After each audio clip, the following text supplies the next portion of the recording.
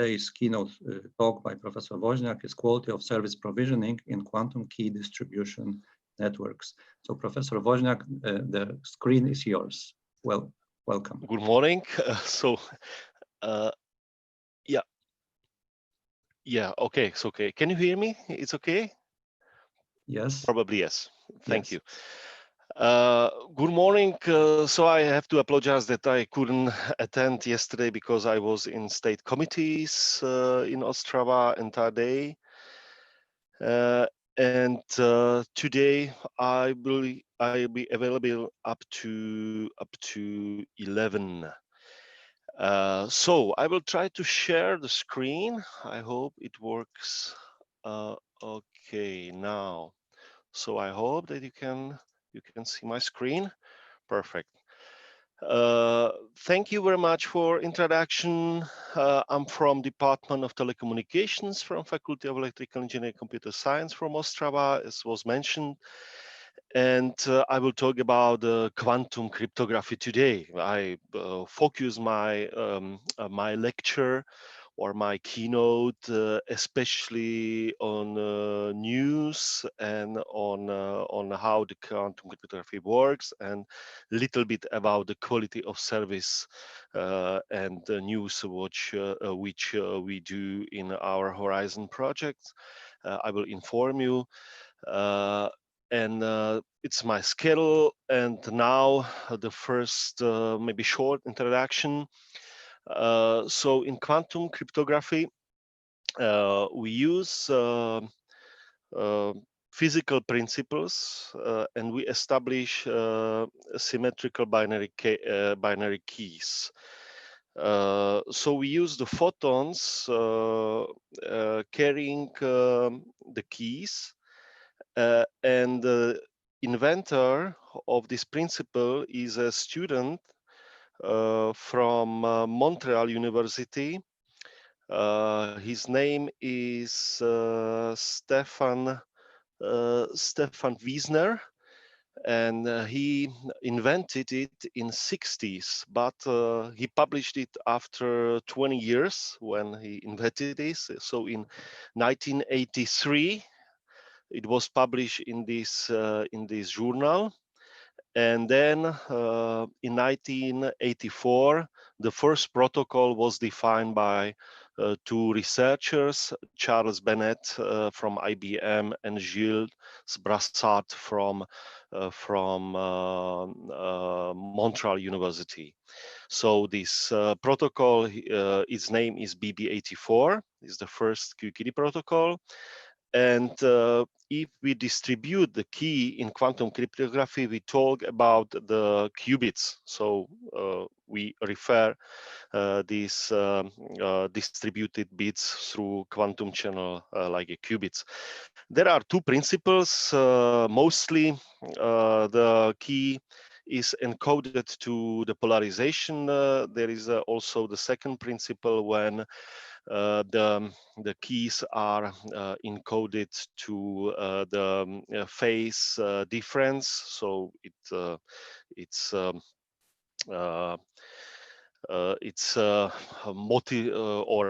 it works like an interferometer. Yeah, so it's possible to change the phase. Regarding quantum cryptography, it's really secure, and it's resistant against the eavesdropping, because if we try to measure the status of the photon, we affect the quantum system. So it means that by measurement, we change the information. So is Heisenberg's principle of quantum mechanics that by measurement, by observation, we influence the status of the quantum system. And this principle also says that it's not possible to duplicate unknown quantum state, because we are not able to measure it. Then it's resistant against man-in-the-middle attack. Yeah, of course, the many researchers try to hack this system as well. Yeah, but there are many publications. You can find many articles in journals, but everything is in level of theory. Yeah, nothing practically was demonstrated. So it's nowadays it's really secure, but in security, never say never. Yeah, so I cannot guarantee that it'll be after 50 years. So the problem in cryptography nowadays is in asymmetric cryptography, yeah, because this asymmetric cryptography is based on computational complexity. Especially, we use the problem of factoring integers, the product of primes, then the problem of discrete logarithm, complexity of discrete logarithm solution, and on this principle are based many protocols which we use today, like RSA, Diffie-Hellman, DSA, of course, elliptic curves, EC, DH, EC, DSA, LGAMAL, and so on. And you can imagine that, or it's the fact that more than 20 years ago, the one researcher, Peter Shor, he's from MIT nowadays, and this researcher published uh, published the idea how to reduce the complexity of problem of these principles on quantum computers. Of course, 20 years ago, nobody was thinking that it would be possible. Yeah, but nowadays the quantum computers are really coming, and maybe you know that last year the Google announced that they have the quantum computers with 56 qubits. IBM is also very active in this area. And if you have, of course, enough money, about $10 million, you can buy Dave quantum computers. Dave, it's the name of the quantum computers, and I'm sure that NSA, CIA, and such similar agencies, they buy these quantum computers. In our supercomputing center, we rely on still on classical approaches, yeah, classical processors. So now, to be a little bit ironic, I can say that we wait for real quantum computers, and meanwhile we are sending messages to future, yeah, because in near future will be possible to decrypt this information, even if we think that it's not possible today. And what to do with this threat? We have two possibilities. The first one is to use the post-quantum cryptography. The post-quantum cryptography is based on mathematical problems which are resistant against the quantum reduction of problems on quantum computers. And there is the library, LIPE OQS. Nowadays, maybe you notice that NIST is active in this area, and they NIST tries to select the suitable protocol, suitable algorithm. Of course, the protocol which will be used in cryptography is this asymmetric public key cryptography, and there are many protocols which are under consideration nowadays. So if you wish to have the actual information, I recommend you to check the NIST page and web page, and you will find more than 20 protocols nowadays which are considered. And of course, the second solution is quantum cryptography. Yeah, the quantum cryptography, it's based on physical principles, Heisenberg principle of uncertainty, as I mentioned. If we talk about QKD link, there are two channels: quantum channel the quantum channel in which we send the qubits. We send the qubits, and a public channel where there is this post-processing and some negotiations between both parts. So now a little bit from history today. The first practical demonstration was done in 1989. It was the link only 30 centimeters long through the air.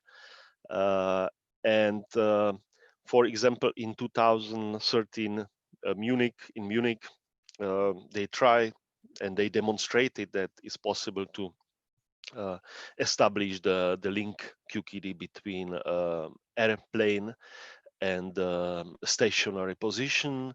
Then in 2017, Chinese, they launched the satellite, the quantum satellite equipped with the QKD equipment, and they collaborate with AIT. The collaboration is quite intensive.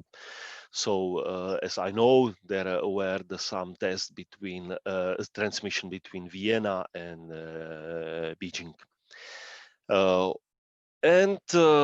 What is real nowadays is a QKD network in UK.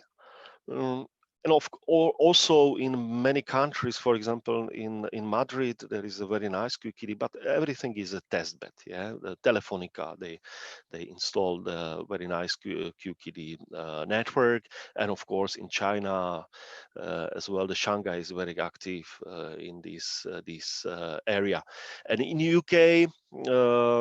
The core is in Cambridge, and it's based on the technology Toshiba Research Europe Ltd. Yeah, TREL. If we talk about the performance, the speed, the key rate is a pure key rate, so it means that it's not the qubits, but it's really pure secure key rate. So we can see that it's quite stable, and the problem. So we can get 17 megabits per second. It seems that it's too low, but of course is a key. Yeah, so we will encrypt only what is necessary to encrypt, of course. Yeah, and then if we observe this behavior, we can see that the transmission speed is about 100 kilobit per second when the length is about 95 kilometers. So I think, in my opinion, what is reasonable about 1 megabits per second if I get through this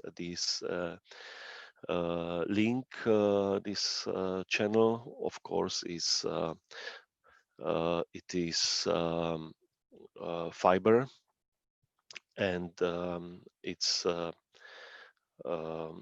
single mode, and the window is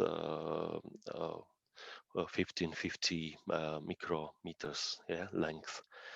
And I think the reasonable is the length about 70 kilometers, yeah, because we have still 1 megabits per second of this key rate. Of course, there is also effect of noise of detectors and Raman noise, which it is especially the problem when we are close approaching the 100 kilometers length. The Q-bar is the quantum bit error rate. And now there is the One Horizon project, when the name of this project is OpenQKD. In this project there are 38 partners and more than 30 use cases are demonstrated.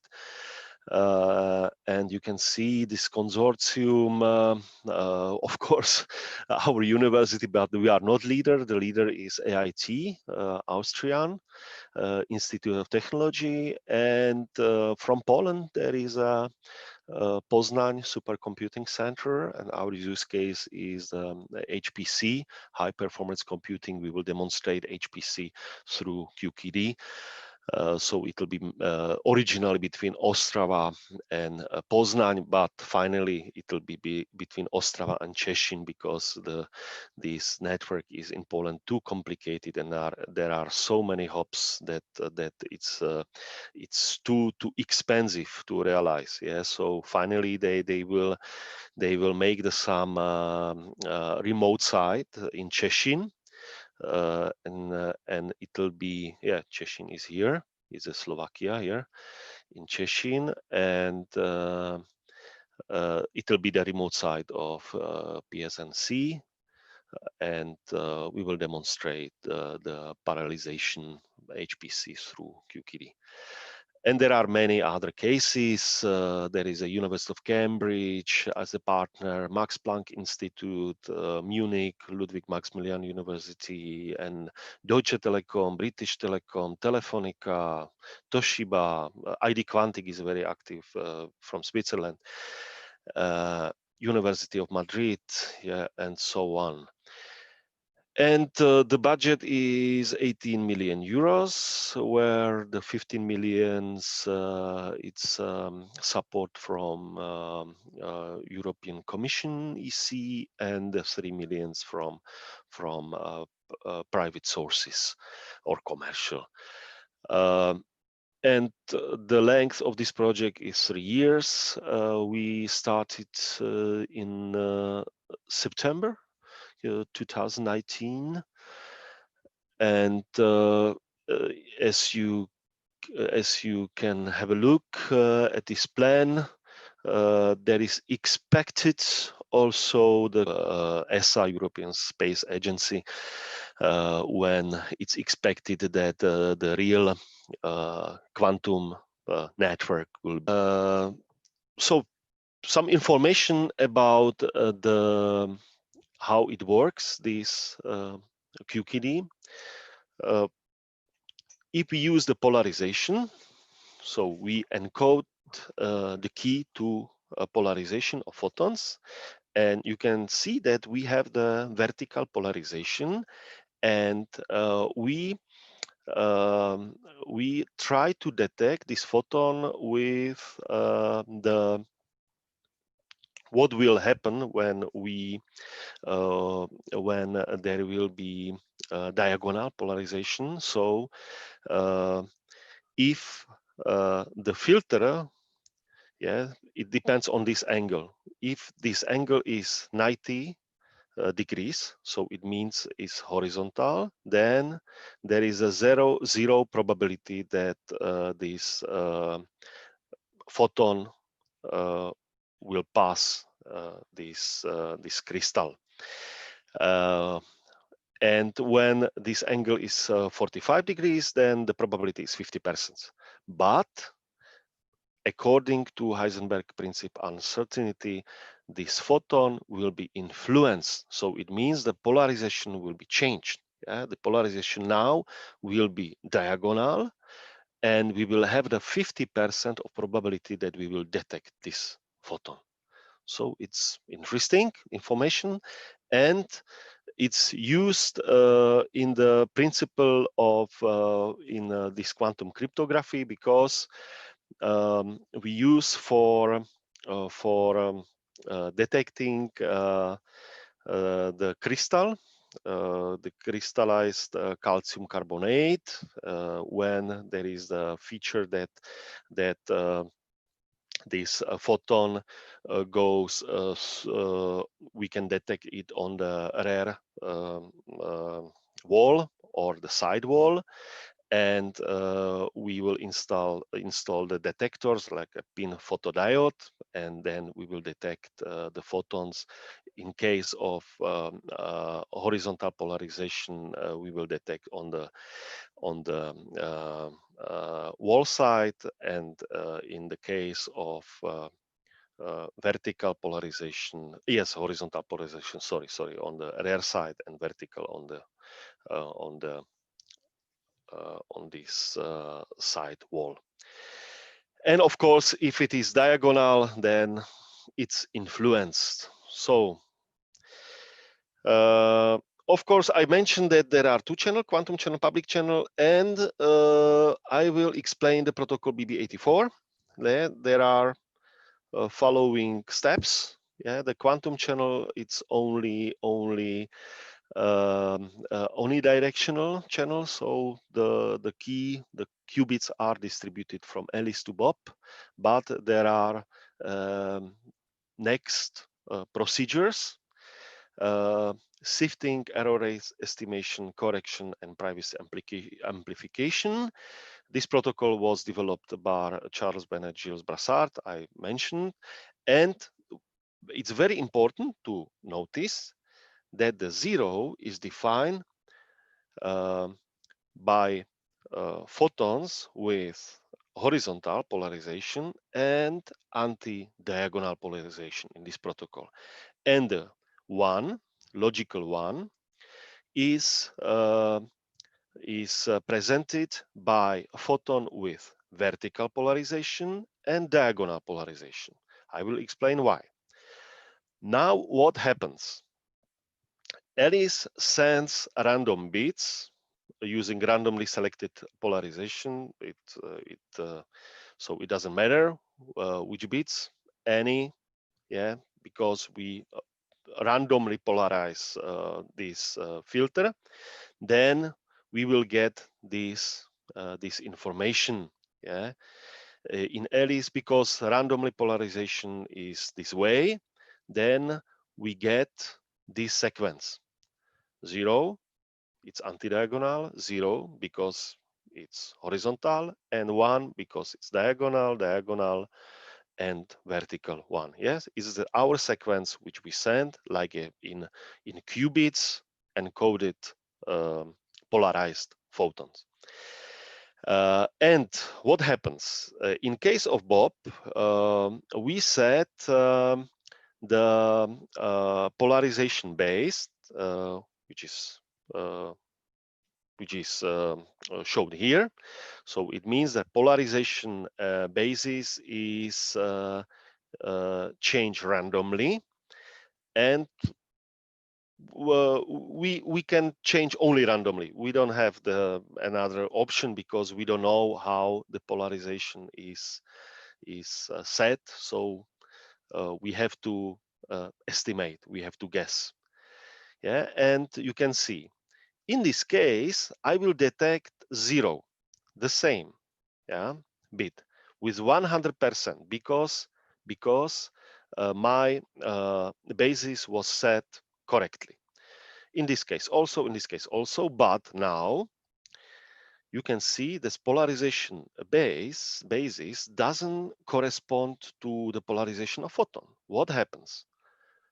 I can detect, luckily, 1 because it's the feature of this quantum mechanics.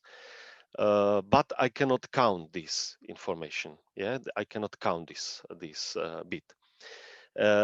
It's also wrong, but in this case it is error, and in this case it's also error. What happens when there is the some if dropper? When the if will set her own polarization base, then she will increase the error rate in this quantum channel.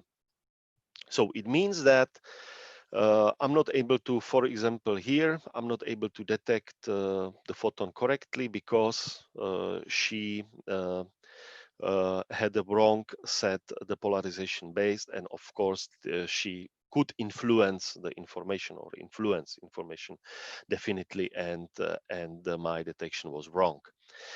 So what to do? The first step in this protocol, the first step is sifting. Yeah, so it means the extraction of the raw key, And in this point, or in this procedure, I have to exchange between Bob and Alice the polarization basis. So the only Bob will send the polarization basis to Alice. Yeah, it is because the polarization basis of Bob are following, and Bob will inform the Alice about his polarization basis. And in that case, the Alice will know in which point Bob is able to detect the photons, the polarization correctly. Yeah? And it goes through the public channel. Yeah? So anybody can see it. And of course, the key will be significantly decreased because the probability of estimation the right polarization, the right base, will be only 50%. So I will lose 50% of the key. Unfortunately, it works this way. Of course, the errors may occur, and the errors are caused by the feature of the channel. Yeah, so it means it depends on the length, or it depends on attenuation, of course. And but I know this error rate in forward because I know the feature of this quantum channel. Yeah, this optical channel. So I know the expectation how this channel can influence this Q bit error rate, yeah, Q bar. And if the error rate is higher than is a given threshold, then I know that someone is eavesdropping, someone is taping this communication, and I will start the process of distribution of qubits again. Yeah, because this key is not secure. Then there is the error rate estimation. Error rate estimation, I told about that we need to estimate the how many qubits are affected by the quantum channel. And then there is some reconciliation of this key. So we use the Cascade protocol for that. Interactions up to 4 times, yeah, and it works very well. And finally, I have to sacrifice, I have to delete the part of the key. And I can see now that my estimation, I'm sorry, but my estimation of the length of presentation was wrong. It's my mistake, big mistake, because I'm explaining how the quantum cryptography works, but I have still 10 slides. So my question is to chair of this session now, if I can continue next 10 minutes, for example. Yes, then we will have some 1 or 2 minutes for questions. Okay, perfect. But then you are chairing the session, so you know the time is yours. Okay. Yes. So it's danger to give me time. Yeah. So QKDNetSim is my recommendation. It's QKDNetSim is an open source software. This it's implemented in NS3 simulator. It was implemented by my student, and you can find it very easily. Put the QKDNetSim into Google, and you can use this simulator for the quantum networks. What is simulated is only, of course, that there is because we received the many information from AIT. It was made with collaboration with AIT from Vienna, and we made a model how behavior of the quantum channel. Yeah, so it's the idea of this QKDNet SIM module, on not only the quantum channel but also this public channel. But the public channel um, can be emulated. Yeah, it's the big advantage because NS3 you can use also as an emulator, not only as a simulator, but you can use the interface of the computer and you can distribute some information through network interface card, and this procedure of the public negotiation in public channel is possible to distribute in the emulation, of course, the emulation. Yeah, but nowadays we we do not support the emulation. If you want to join this project, I will appreciate, yeah, because it's the maybe the future, our imagination that it would be possible.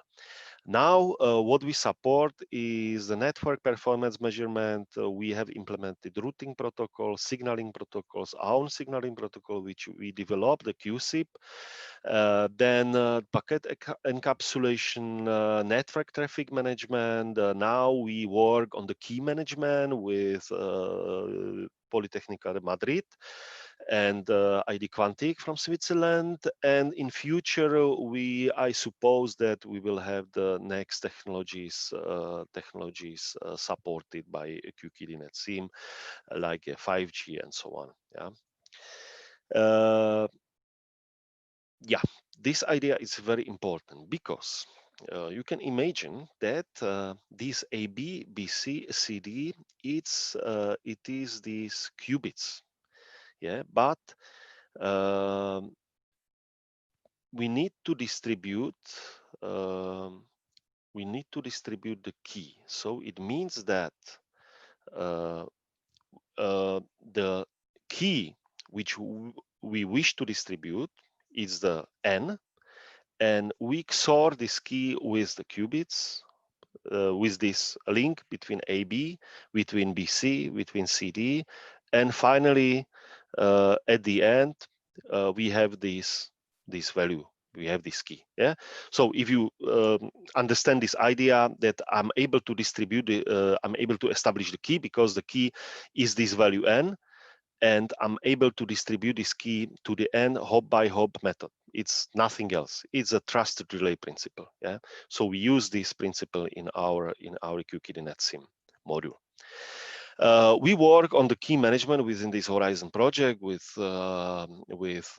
Polytechnica Madrid. There is now ETSI recommendation standardization 00 DOR, QKD 004, and 015, and it's based on SDN. So we use the OpenFlow protocol, and also there is a possibility, like an alternative, to use the netconf for configuration of QKD systems. And QKD system, there are different systems like Huawei, Toshiba, ID Quantic, and so on. And what we use and what is very nice is AIT QKD post-processing software, because in the software they implemented all post-processing procedures. So it's possible to emulate sifting, QBER estimation, key reconciliation, and private application, all phases which I explained before. And we use this software more than 3 years between Ostrava and Vienna, but as you can see, there is not direct line. Even we have the connection from our network, from CESNET to the Austrian NREN, but the connection goes through the Frankfurt Netherlands, in Cambridge. So it's interesting. Sometimes through Hamburg, sometimes through Stockholm, and we every minute we check it through traceroute, more than 3 years, and we found out that this quality of bit error rate, or sorry, the quantum bit error rate affects the public channel. Yeah, so maybe it's obvious, but nobody published this information. So now but it was published 3 years ago in IEEE Journal of Quantum Electronics, and we showed how this QBER can affect the public channel. Also, our approach in routing is inspired by MANET, mobile ad hoc networks. Yeah, so why? Because in QKD network, it's a hop-by-hop network. Yeah, so there is necessary to have the multi-hop routing, and the individual link, because there is a different bit error rate estimation, bit error, QBER bit error rate, and it seems to be like in wireless network attenuation. Yeah, so we inspired by these ad hoc protocols a lot, and we adopted many protocols from ad hoc network as well. And our solution is so what we presented. For example, you can if you are interested in this work. So we published in IEEE ASIM transactions on networking the article about the quality of service provisioning in QKD networks, and also we propose the quantum key distribution signaling protocols. It's a signaling protocol, and we have also proposed the routing protocol, and this protocol is between L3 and L2, and signaling protocol is, of course, this application layer protocol. I can maybe explain our link metrics. So because in every node is necessary to store the key materials, these qubits and the key. So we have to define some capacity of the storage. Yeah, so the capacity, total capacity of the storage, then the minimal amount, yeah, necessary, and some threshold value for individual services. It's explained in this article. And the premium service is always post-processing traffic. Yeah, we have to observe. It's inspired by the token bucket principle. So if you have enough tokens, you can send a packet. And the premium service is for post-processing traffic, because we cannot influence the establishment of the QKD link. Yeah, if you remember, there is a quantum channel and the public channel. Yeah, the post-processing traffic is through the public channel, so it's a premium service. Routing traffic is a real time, and of course, another services are best for us. And we proposed the metrics, quality metrics for quantum channel and for public channel. For quantum channel, it's based on calculation what is the Q. It's amount of the key material, so it's actual amount of the key material between BC, between CE, and we calculate the average. Yeah, 40 plus 10 divided by 2. Yeah, it is this equation. So it is 50 divided by 2, it's 25. Yeah, in this case, 20 plus 50 is a 70, divided by 2 is a 35. Yeah, and then it's necessary to find a minimum. Yeah, the minimum is 25, so this route is better. And we use this exponential function because it's very sensitive. So we increase the sensitivity. And of course, if the Q is higher, then this metric is better to choose this route. And the last slide, I'm finishing now. If you want to join these activities, I recommend you to contact a national contact point.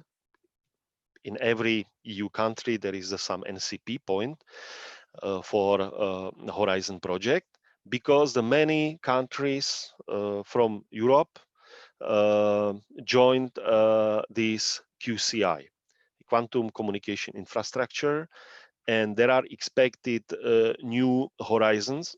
Now we have started discussion about new horizons, which will start in 2022 or 2023. It's a quite big activity, and if you join, if you are interested in quantum networks, so I recommend you to contact the national contact point and to ask the who is the responsible for QCI, and you can see how many countries are there. So I'm at the end of my presentation. Thank you for your attention. Maybe discussion now. We have. Thank you very much for a very inspiring presentation. Yes, we have time for, I think, one question, maybe two short questions, please. Professor Wozniak, did you apply in this project already fountain coding? Because this is a very effective method in classical theory. Thank you. Thank you. This coding we didn't apply. Of course, there is possible to apply also the turbo codes and so on. Yeah, but we applied only the cascade coding now. Yeah, but of course there are the many possibilities and many ways. Yeah, and we know about it that it's not so efficient. Okay, thank you. Are there any questions? Hi, I would like to have a question about, you talk about the passive eavesdropping is not possible due to some limitations of changing the quantum state, but what about active one? What would happen if you just severe line and then receive and retransmit it to the other? And are the endpoint somehow authenticated, or is there any protection against this type of eavesdropping? But retransmission is not possible because you cannot retransmit the photon if you do not know its state. Yeah, it's impossible. Okay, that's maybe because I'm not familiar with the quantum networks. Yep. So, okay. Maybe it's my mistake because I didn't explain it properly. Yeah, but it's this Heisenberg principle uncertainty that it's not possible to duplicate the unknown quantum state. Yeah, and if you measure the status, this polarization, or you try to detect the phase, you influence the status of the quantum system. You influence this photon. Yeah, it was explained here on this picture. Yeah, because you can see this photon is polarized horizontally, and this crystal, this cube, we use this crystallized calcium carbonate. Yeah, when is set rectilinear, so it means this way, then we will detect 100% this photon on the rare side, rare wall. Yeah, rare wall. Yeah. But in case of vertical, on the side wall, yeah, 100%. But if we shift this crystal, yeah, to diagonal polarization, then we affect the state of this photon. With 50%, we will detect anti-diagonal, and with 50 diagonal polarization. Yeah, and it is this principle because in QKD BB84 protocol, 0 can be horizontal and 0 can be anti-diagonal. 1 can be vertical and diagonal. Yeah, so this way it's impossible to detect the right polarization. Yeah, because I explain it here that if Eva will affect this quantum channel error rate, and I'm able to measure the this quantum bit error rate, and I'm able to detect that this quantum error rate is over the estimation. Yeah? And in that case, it's not trusted channel for me, and I need to establish this QKD link again. Is the principle. Okay, but can I just emulate the Alice Okay. to just also retransmit the key? Yes, you can. Yes, you. I understand. I understand. Maybe now. Yes, you can emulate Alice communicating with Bob. Yeah. In that case, I think that in that case will be necessary to have some certification authority to because it's a solution of the trust. Yeah. Yeah. And of course, I need to have I need to certify that it's really Alice. Yeah. Yeah. When we were transmitting the key, then you had to somehow encode or encrypt it with some cryptography to. Yes. To authenticate. It's true that this way that I don't know who is sending these qubits. Yeah. Of course, it's true. Yeah. Okay. Thank you. Okay, thank you very much. I think that as the time is now short, I think that further questions should be taken offline or, for instance, during the break at 11. So I'd like to thank again our keynote speaker for a very inspiring and very nice presentation. So thank you. So, now I think we will proceed with session E1. Yes, so that the keynote session is concluded. So thank you very much. Thank you. And now we have we start just now. Yeah. Yes, just now. 9:15. Okay. So I have to because it's my first time when I work with Zoom. So I just give me 1 minute. Yeah. And especially I need to find the agenda. Yeah. It will be on the web. Computer networks.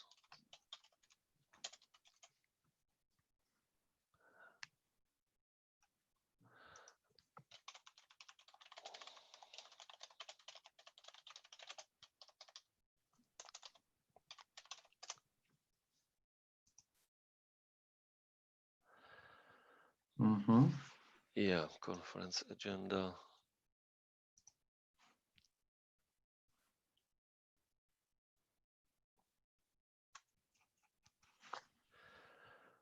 It's Wednesday. Perfect. So, ladies and gentlemen, or only gentlemen, it's maybe ladies as well. Ladies, yes, ladies as well. Okay. So we will continue with this session, cybersecurity and quality of service. The first speaker is Tomáš Sochor from Ostrava. And his topic is detection efficiency improvement in multi-component anti-spam systems.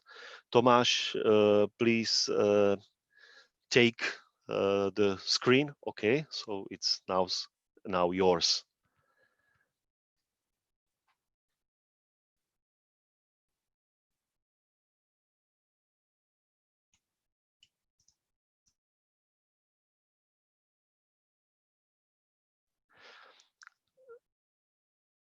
Tomáš, I can. you have to unmute. Yes, thank you. I sorry for the delay. I had to find the unmute button. Good morning, ladies and gentlemen. Despite the fact that I can't see you, I believe that you will enjoy my short presentation about spam detection improvement. The first question, the first, let me introduce what about spam detection is. In fact, despite the situation that many users, many email users, I believe that everybody of us sends emails and receives them. Not everybody realizes that spam plays a very important role. In fact, the situation is that for a long time ago, there is a relatively stable ratio of spam messages in total email traffic. Last figure from last month is almost 85%. It means if we do not detect and eliminate spam at all, it means that it would mean that approximately one message from nine total message would be useful for us, and the rest we would have to delete. So it means that spam detection is vital for email usability. The problem with email is that there is no sender authentication.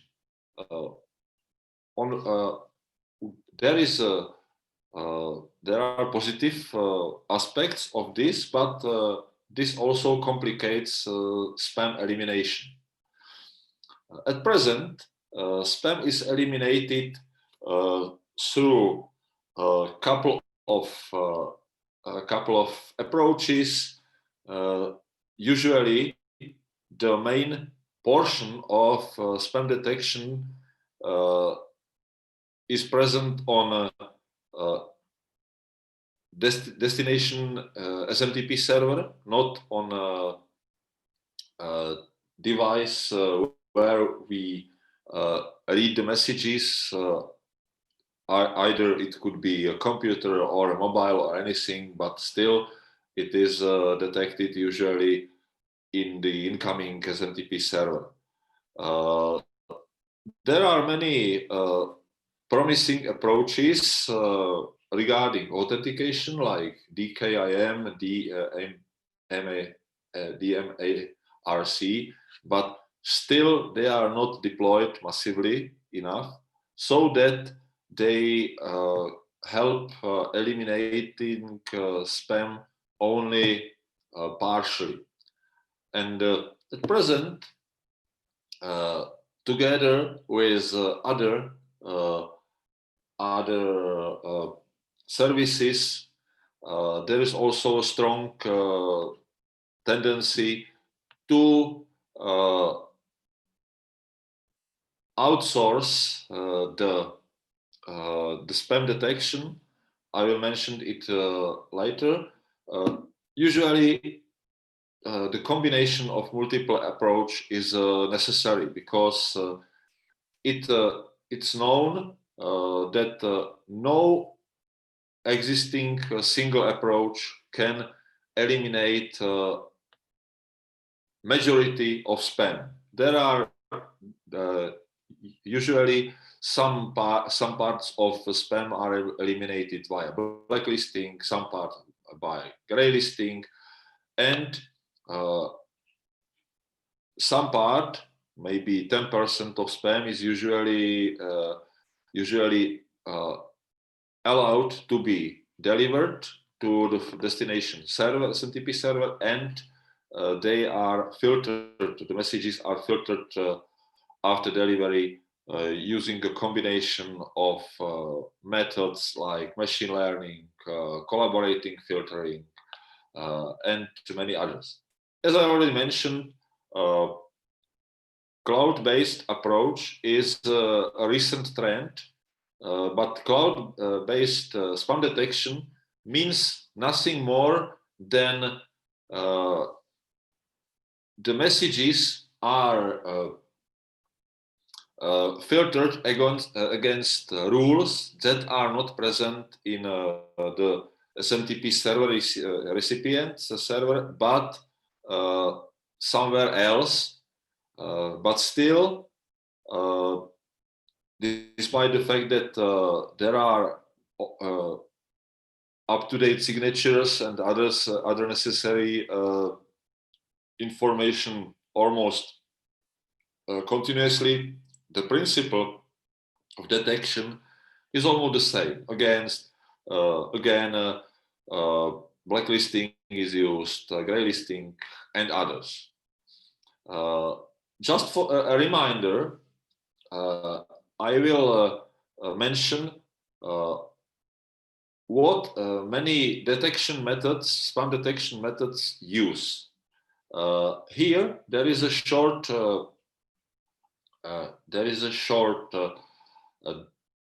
illustration of a feature of SMTP protocol. SMTP protocol is used for transmitting email messages, and as you can see in from the top, there are in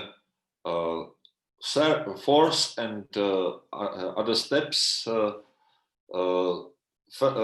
In the beginning of the dialogue, the SMTP sender sends the metadata about the message to be delivered later. Primarily, it is the sender address and the recipient address. And the SMTP recipient must approve both those addresses. This feature, this SMTP dialog feature, can be used for filtering of incoming messages. Definitely, because of missing authentication, it is not possible to eliminate, for example, messages sent by someone who is unwanted, but still it can be used primarily in blacklisting and graylisting, but not according, the filtering is not possible according to email addresses. For many years,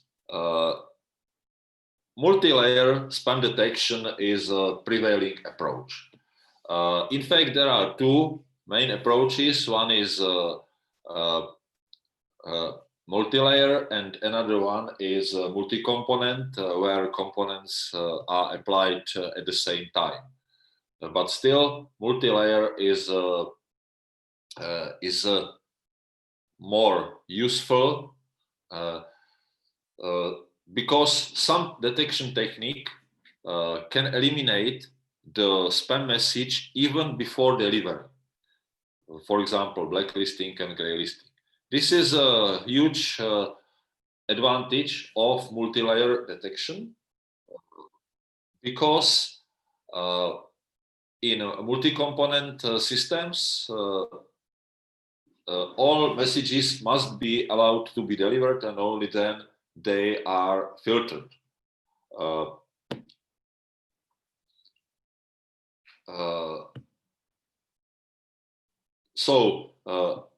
Some other techniques need the whole message. It means they need to have a complete information about the whole message. comparing to techniques like blacklisting and graylisting that have only limited information from the SMTP dialog and other information like the IP address of the sender of the sending SMTP server and other information. So typical multi-layer spam detecting system looks like this. First, there is some initial formal check of the sending server, then blacklisting and graylisting that are applied that focus on metadata about the message. Then, if the attempt to be delivered, if the attempt for the message to be delivered passes through blacklisting and graylisting, the message is delivered, and then the contents is checked, and then user mailbox is added with the new message. What is important is that this is usually linear procedure from blacklisting, from initial check, blacklisting, graylisting, and message content check.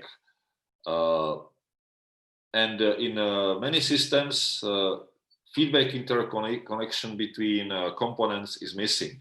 And main focus of my contribution is adding the feedback interconnection.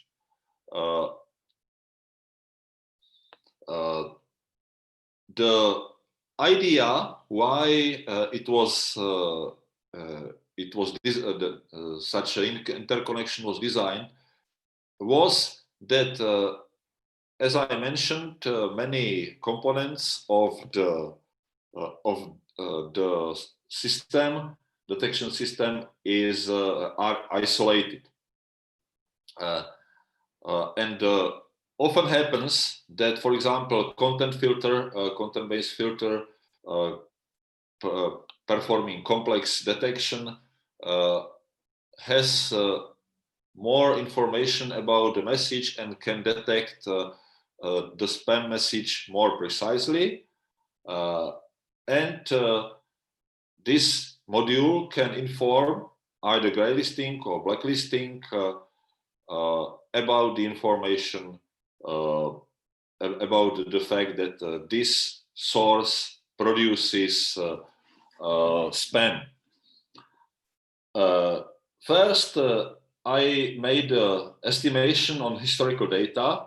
You can see the diagram of total spam, monthly amount of total spam, and in the red part, this is a spam that could be avoided by such information, by such a feedback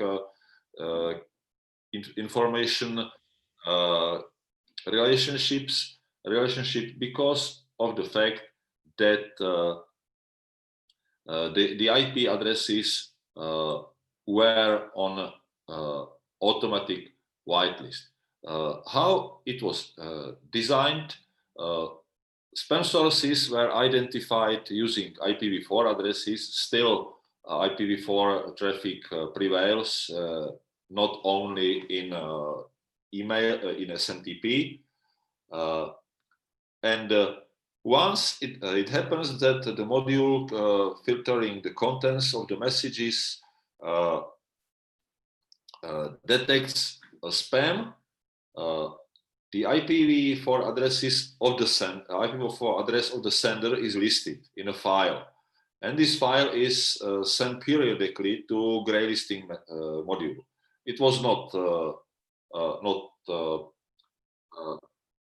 sent immediately, but periodically. First, the period was quite long. Later, the period was shortened, and after sending the list of IP addresses periodically. The gray listing module removes the IP address from automatic whitelist. The main problem of implementation of gray listing is that there is an automatic waitlist because of gray listing could be relatively resource consuming. So the implementation tried to avoid gray listing of all attempts, and only attempts from unknown sources are gray listed, and the rest is stored to automatic whitelist. I summarized the result here, but such results are just for illustration. You can see that this period when the implementation of feedback connection was performed, from the data, you cannot observe, from such data, you cannot observe the benefit because the natural fluctuation of spam messages reception is much stronger. Therefore, I made a more detailed view into the spam count. Here you can see the data from the period of no cleaning, no interconnection. Then for long period of monthly cleaning of automatic waitlist or gray listing automatic waitlist, and in the final period, the period of daily cleaning.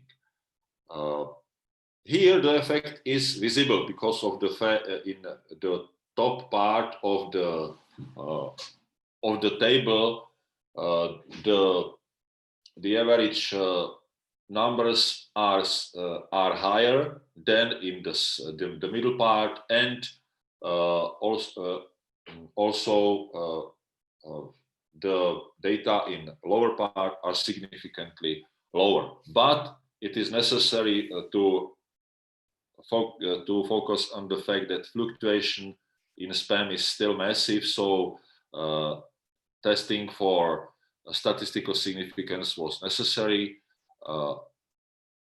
I made a test for three hypotheses comparing no cleaning versus monthly cleaning versus daily cleaning, and no cleaning versus daily cleaning.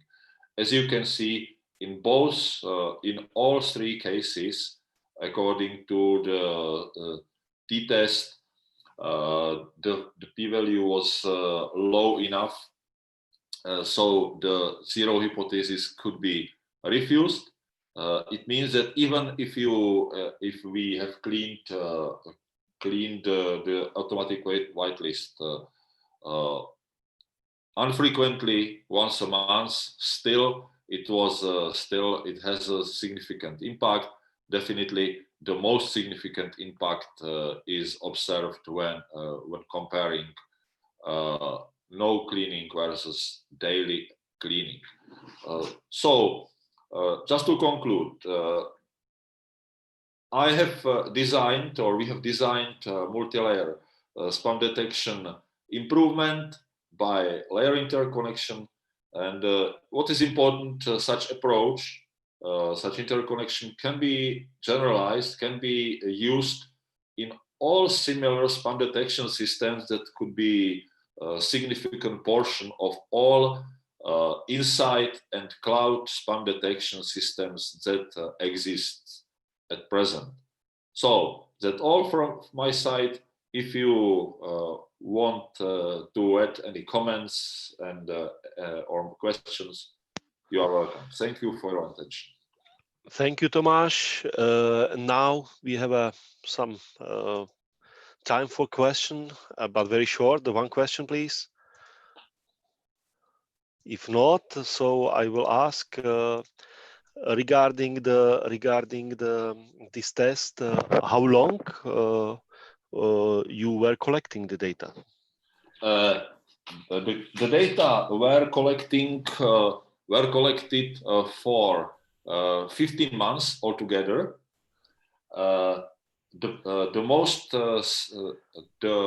Approximately 10 months was the period before the implementation of the interconnection. Then approximately 1 month, approximately 1.5 months, it was the transition phase when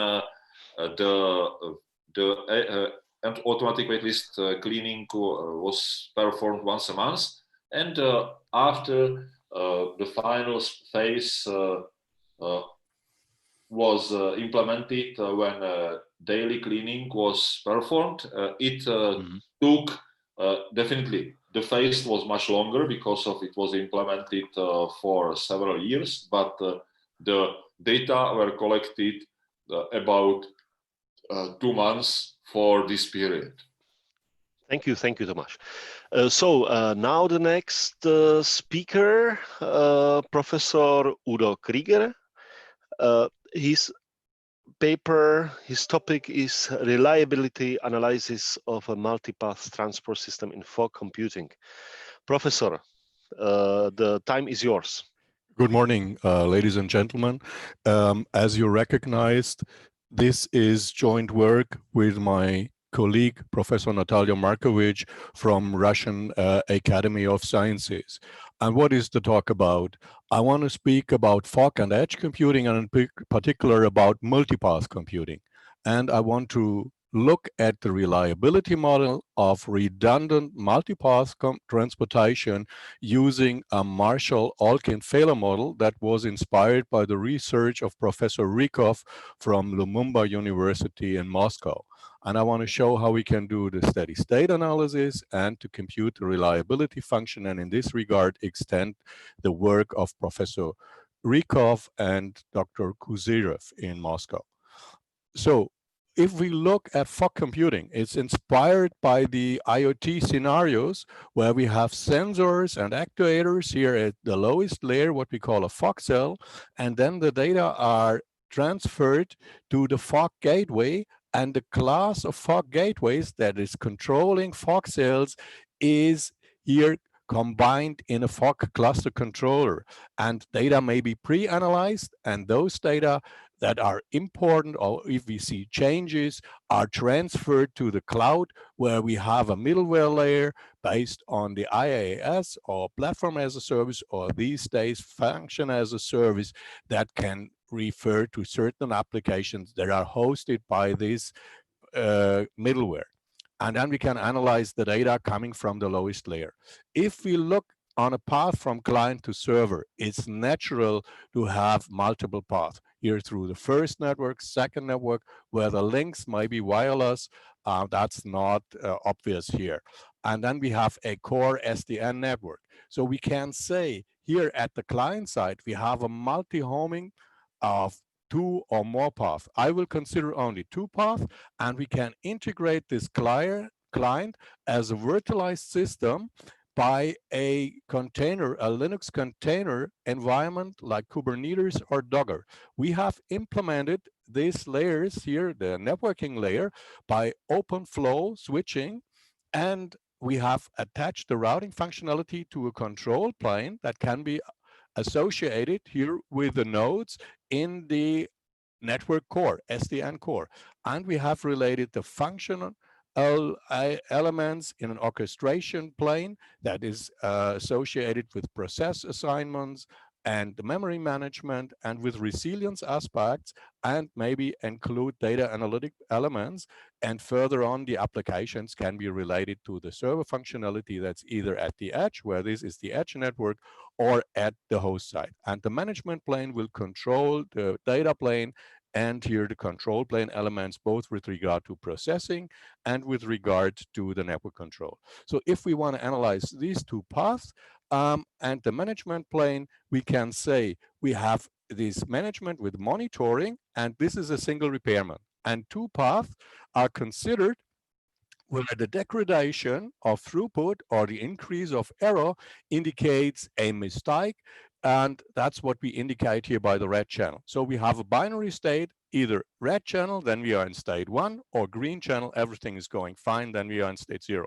And we can go either on the top path or here at the bottom path, and we calculate the environmental state and its influences, external or internal influences that switch from green to red by an environment with a finite Markov chain, where the transitions from I to J are realized by a generator matrix Qij, and the arrivals are done by exponentially distributed inter-arrival times with mean 1 over lambda 1 in state J, 1 over lambda 1 J, from the red channel, from the green channel, 1 over lambda 2 J. And if both channels are affected by an error, this is 1 over lambda 3 J in state J, where we are here in the controlling Markov chain. So on this rates, depending on the case states of the controlling finite Markov chain that we call the Y, is incorporated in a diagonal matrix for the first error here, lambda 1, for the second error behavior, channel 2, lambda 2, and for both channels, it's lambda 3. And then we can say we want to model this single repairment problem with these 2 states. So we have in total 4 states, and we can say the repair. How is the repair modeled? We can say we have a phase type distribution. This is a Markov chain residing in a certain state. We go from state I to J. Let's say this is I, this is J, with the transition rate Sij. And if we leave all these states, we have a vector going to an absorbing state.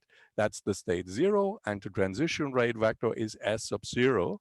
And we enter these states of repair with a probability, if this is state 1, alpha 1, and if this is the last state, alpha n2, if this is the middle process for the green channel, what we call the S channel.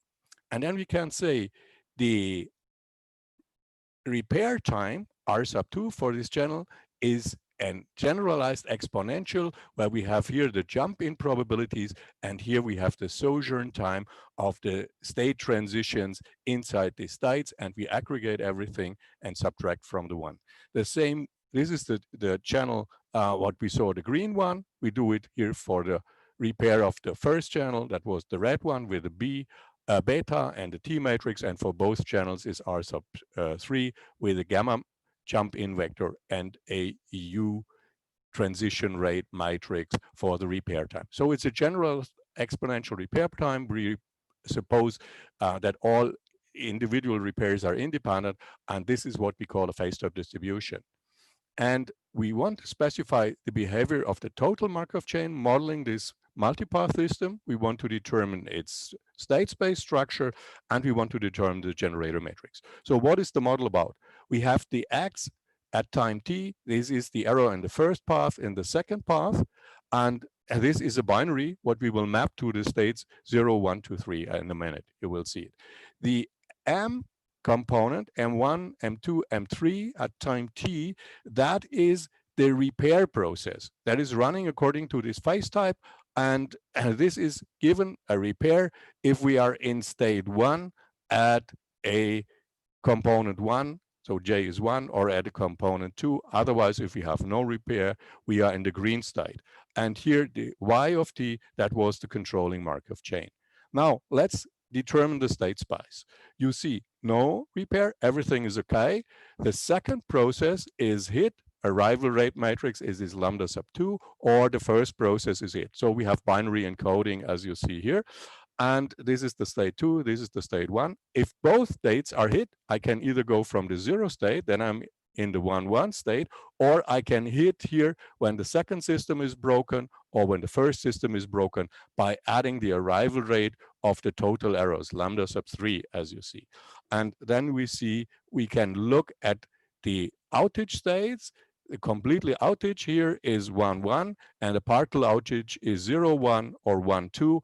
And if everything is okay, then we are in 0, 0 state. So we can repair in either state, either the 1 or the 2. Then we go back with the transition vectors for the S matrix, that's S sub 0, or with the T matrix, this was the first process T sub 0, or we are in the 1-1 state, both are broken, and then we must go back with the U state matrix for the common service process. So we have a single server. When we are in the broken state, we always go back. 1, 2, 3 are the operational states, but this is critical. 1 and 2 state is critical. So if we look at the transition matrix, we have these proper working states. These are the green guys, 0, 1, and 2, where we are inside, where the network is changing its internal states according to generator matrix Q. And we have the arrivals of errors, either in the second, this is A01, or in the first system A02, or in both systems A03, or a common error when the system 2 is broken, or the system 1 is broken. That was the red guy, that are A13, A23. And when we repair, we go back, let's say from state 1, from state 2, from state 3, and here in the red state, A33, everything is broken.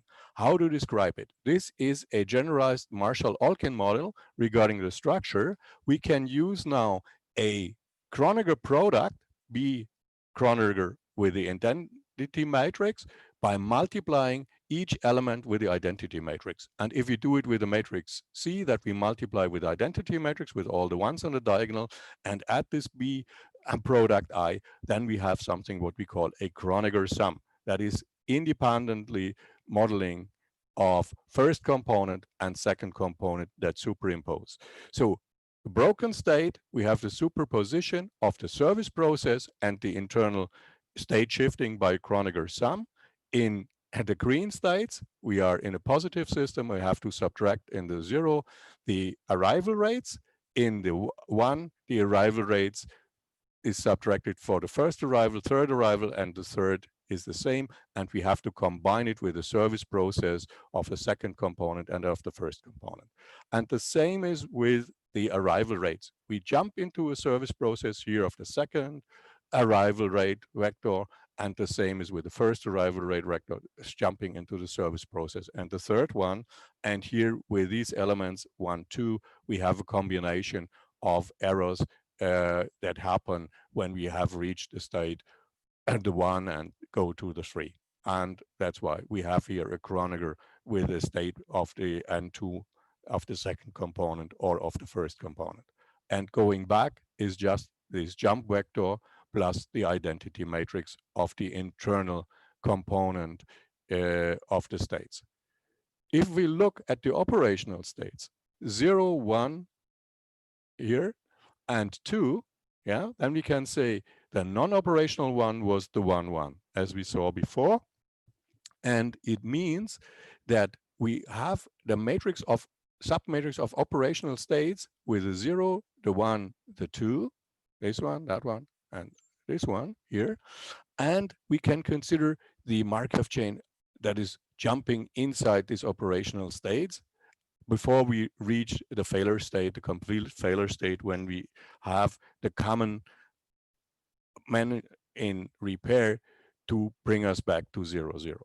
And we want to calculate the steady state vector of the whole system of the operational states, these 0, 1, 2, these guys, and the error state, the 1, 1, what we call the state 3. And we can subdivide steady state probability vector of this corresponding finite Markov chain and solve the balance equations where the capital pi here is this steady state vector decomposed according to the block states, because we have internal movement according to this outside manipulating generator matrix of the error states of the arrival and service processes. And we normalize. The E is the vector of all ones. How we can do that? We split the negative transpose of this generator matrix that I indicated already and take the diagonal blocks or its transpose with a negative in front.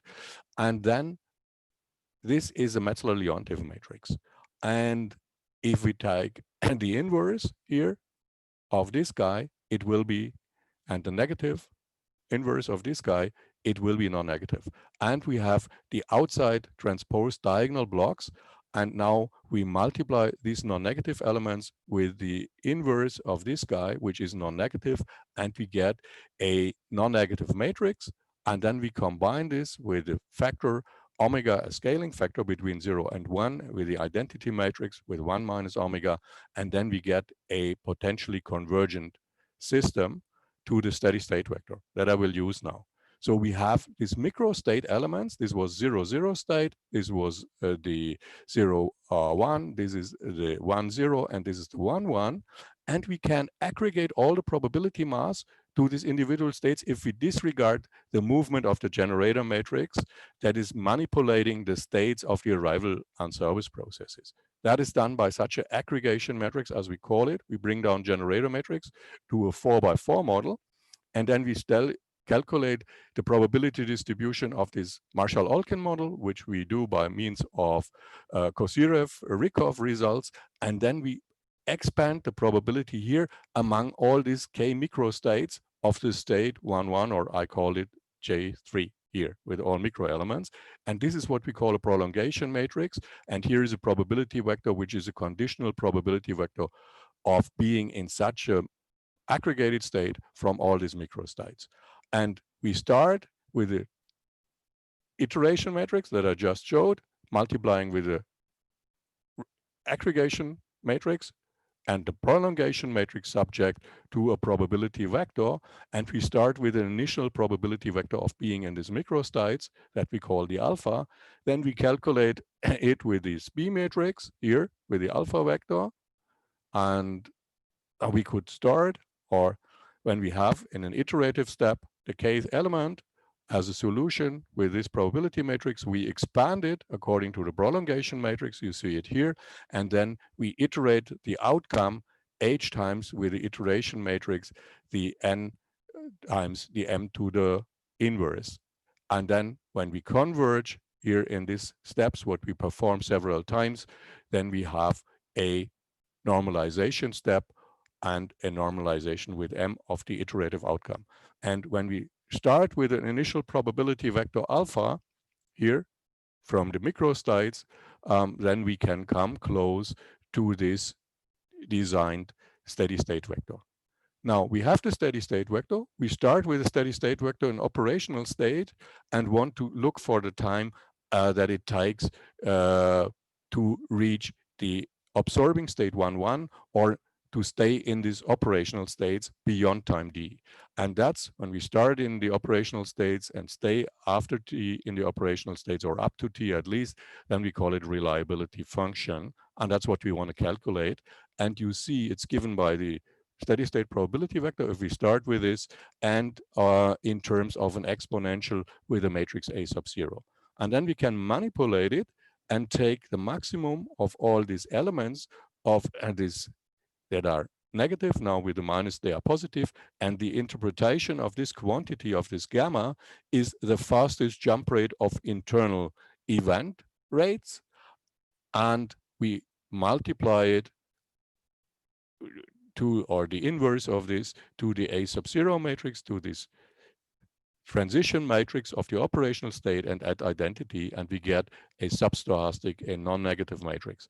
And that's what we call the uniformization approach. So we can represent the exponential of the sojourn time and operational states by the manipulated P sub 0, the substochastic matrix. We subtract the identity, as you see, and here we have the exponential with the fastest transition events rate, what I call the gamma.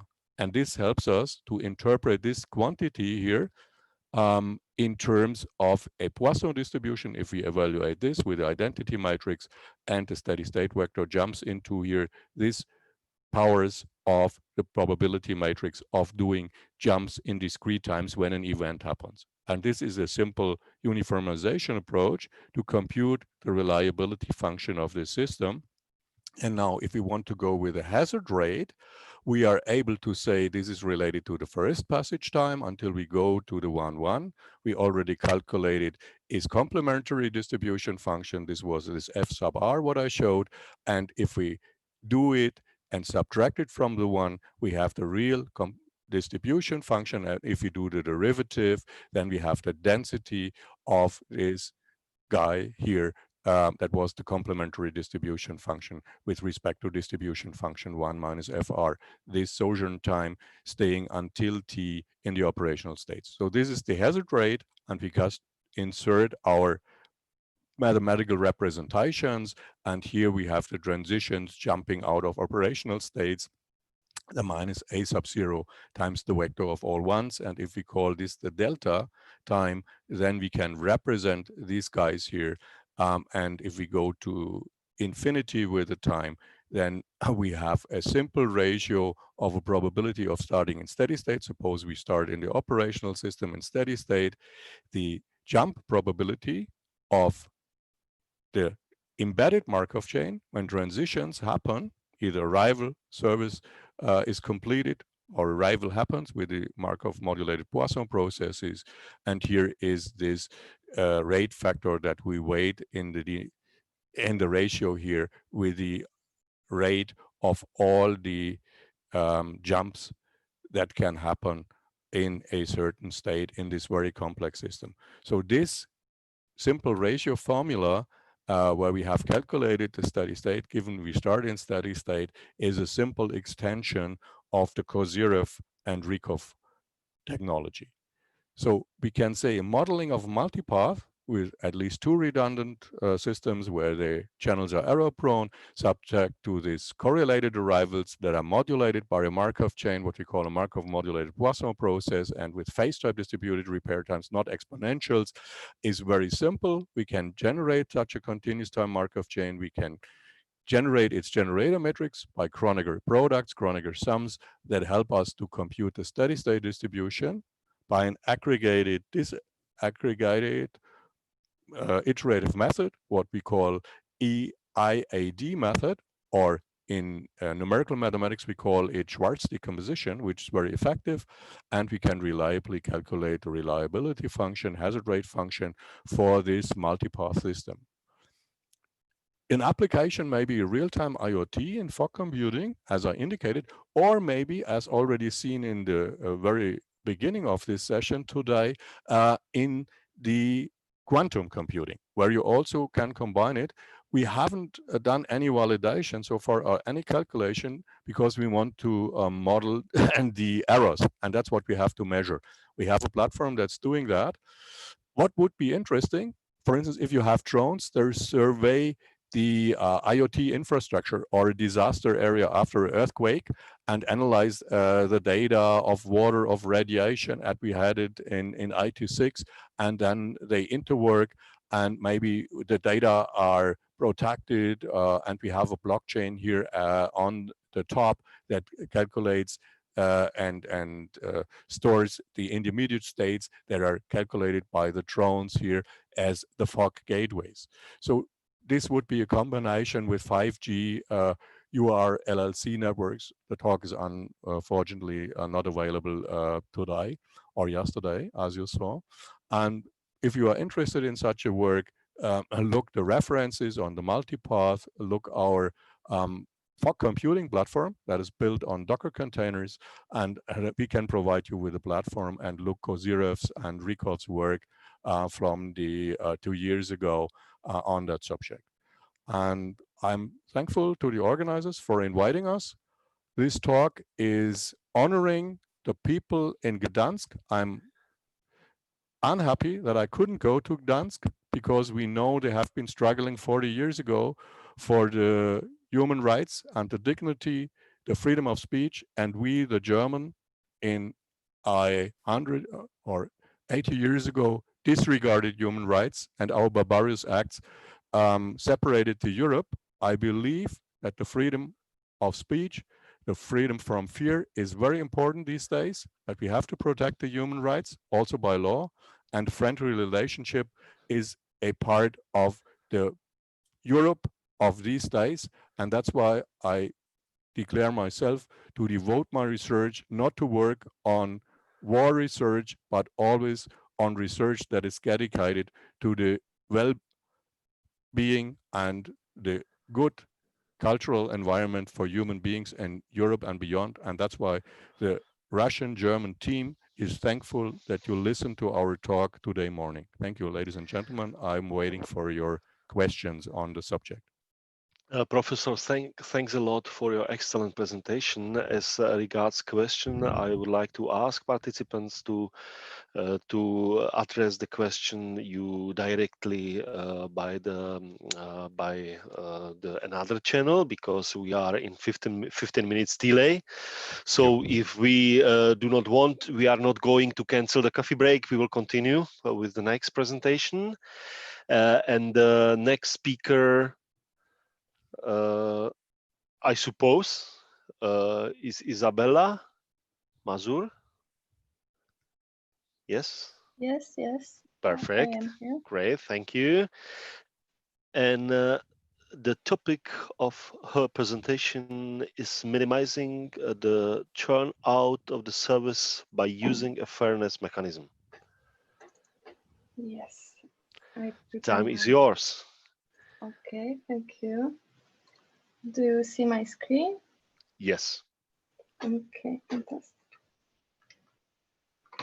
And maybe I also share my face. Hello. Hello everyone. Thank for all for attending. My name is Isabella Mazur, and I would like to present to you a proposal, a new fairness mechanism, and a short comparison with the popular fairness mechanism. So first, in presenting the mechanism of fairness, the first thing to do is to understand what the fairness is. In this case, I would like to give some definition of fairness. So fairness is the quality of judgments free from discrimination, fair and equitable treatment or conduct without favoritism or discrimination, quality of treatment of people in equal measure or in proper or reasonable manner. So as we can see, each of these definitions refers to equal distribution without discrimination or favoritism. However, should be noted here that is important what parameters will be distributed. This is important to able the analyze fairness in relation to a different perspective. Fairness can be considered from a supplier or user perspective at hardware or software level, and maybe also consider from the perspective of quality of service or quality of experience. So many different perspectives offer the possibility of applying many different mechanisms depending on which perspective of fairness we care about. One of the best known algorithm of fairness is max-min. In the next few slides, I'm going to illustrate the application of this algorithm. Suppose we have 5 users in one subnet. Each of user requests a certain bandwidth, which is at the same time the maximum possible bandwidth for that user. This means that in this case, user number 1 requests a bandwidth of 5 megabits per second and cannot request more. User number 2 wants 10 megabits per second. User number 3, 2 megabits per second. Number 4, 12 megabits per second. And last user wants 3 megabits per second. At the same time, the entire subnet can only dispose 15 megabits per second. This is the maximum possible bandwidth to the distributed in this subnet. So as we can see, it is smaller than the sum of the all requested values. First step is max-min. So we give each user equal bandwidth until one user reach its maximum. In this case is the user number 3 has already reached its maximum. Then if there is still unallocated bandwidth, like here, we distribute it equally among the other users. So as we can see, user number 3 is not allocated any more bandwidth because he cannot take it anymore. At the same time, user number 5 has reached his maximum. However, this is still some unallocated bandwidth, so we distribute it among users who are not yet saturated. And this is the final distribution of bandwidth using the Max-Min algorithm. As you can see, users with smaller allocation than others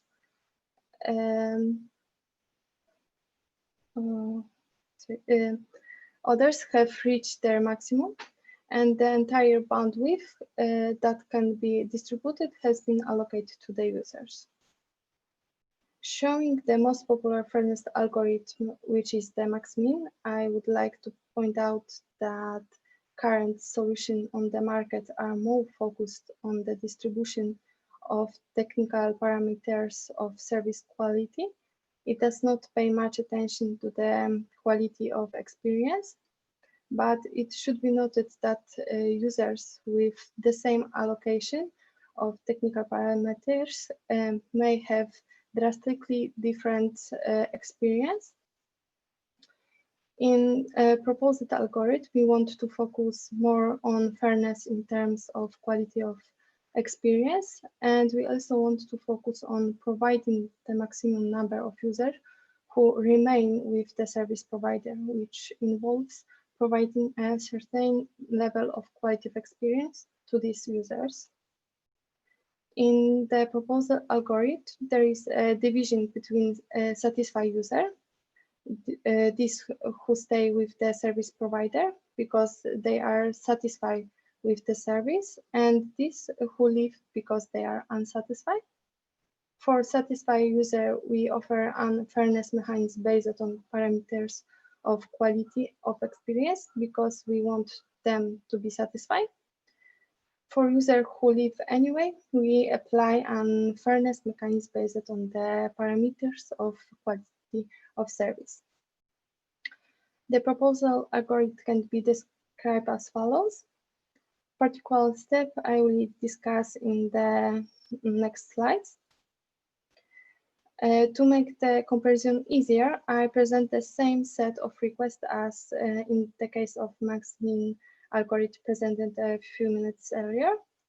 There are also amounts of data that user want to download, and this data is necessary to determine the expected user opinion.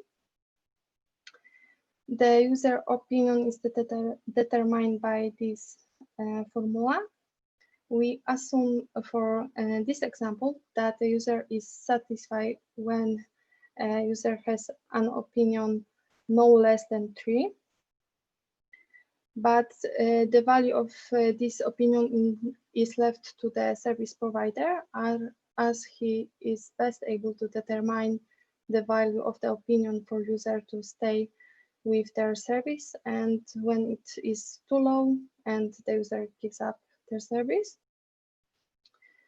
To initially divide user into satisfied and unsatisfied user, we use this formula and these requests to determine the value of their opinion here, and determine whenever the user is satisfied or unsatisfied. As we can see, user number 3 and number 5 will be unsatisfied even if they get the assignment they want. In this case, there is no reason to assign them the maximum bandwidth they want because they will resign anyway. That is why the allocation are certain minimum value of bandwidth to unsatisfied users. This value can be regulated by the provider. However, we recommended that it is not a zero value. We assign the remaining satisfied user the bandwidth that would be appropriate for them to have an opinion 3. Then we are sure they will be satisfied. We can see that there is some bandwidth left and unallocated. In this case, we are looking for appropriate rating greater than the minimum to separate the whole bandwidth. This is the final distribution after applying proposed algorithm. As we can see, such a distribution of bandwidth,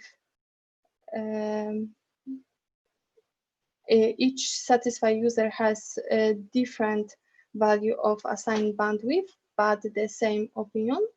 However, each unsatisfied user has same value of bandwidth, but different opinion. We can see that this distribution, 3 out of 5 users are satisfied. So they will stay with the given provider. If we use the max-min algorithm and then calculate the opinion based on the assigned bandwidth, we see that 3 out of 5 users will be unsatisfied and will resignate from the service. Moving on the result, I would like to present a comparison of the application of the proposed algorithm and the max-min algorithm. First of all, I would like to present the ratio of the number of satisfied users to all users. On this chart, we can see that some point both algorithms behave similarly. Almost all users are satisfied. However, with a certain number of users, we can see that both charts are starting run out. And we can see after applying the proposal algorithm, we can expect much higher ratio of satisfied users than after applying the max-min algorithm. So much more users will be satisfied after applying proposed algorithm. The fairness for the satisfied user was determined by this formula. As we can see, the value calculated for the proposed algorithm are higher than for max-min. In additional, also in this chart, we can see that for proposed algorithm, the number of satisfied users is higher than for max-min. In the last chart, we can see a value of fairness coefficient for unsatisfied user. We can see that for the proposed algorithm, the values of this fairness are always almost 1, yeah, which is perfectly fair state. While after applying the max-min algorithm, these values are very different, often also assuming the value of 0, which corresponds to the extremely unfair situation. So conclusion, I would like to point out that in the context of quality of experience, the proposed algorithm achieves much better results than the compared max-min algorithm. A beneficial effect of using the proposed algorithm is that the number of resignation was much lower than for the max-min algorithm, which is very desirable factor from the point of view of a supplier. And also, I would like to point out the difficulties caused by the proposed algorithm. To use the algorithm, it is necessary to define a function that maps the value of service quality parameters to quality of experience. In this work, we use only one mapping function, but it is limited to application for specific service. If you want to use another service, we have to define another mapping function. So this requires additional work. So thank you for attending, and there are any questions? Thank you very much for your presentation, and please one short question, if is any. Hi, Martin Huněk, Technical University of Liberec.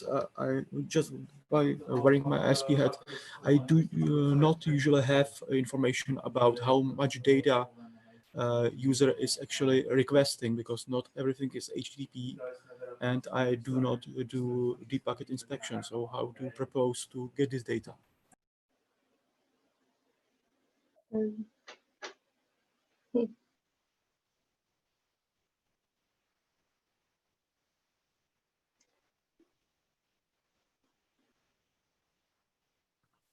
Okay, Martin, maybe please repeat the question slowly.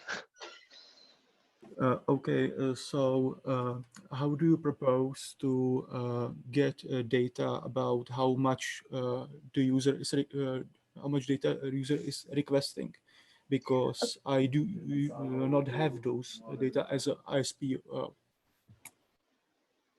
Okay, so this proposal algorithm is prepared to special services, like, for example, download some files. We know how big is these files because we have these files on the server, so we have this number. Yeah, then you had to have this information for every content. So it's not usual case to know what the user would download, especially in encrypted channels. Yes, how I say, this is only for a special service. It can't be used for all service for now. I hope we will have a better idea for resolve that in the future. Okay, thank you very much. Thank you. Thank you. Thanks to all for attending this Thank you. session. Now we have a coffee break. So coffee, everyone has to make on yourself. And we will continue at 11. Thank you. Thank you, Professor, for chairing this session. Now we have a break. We start at 11.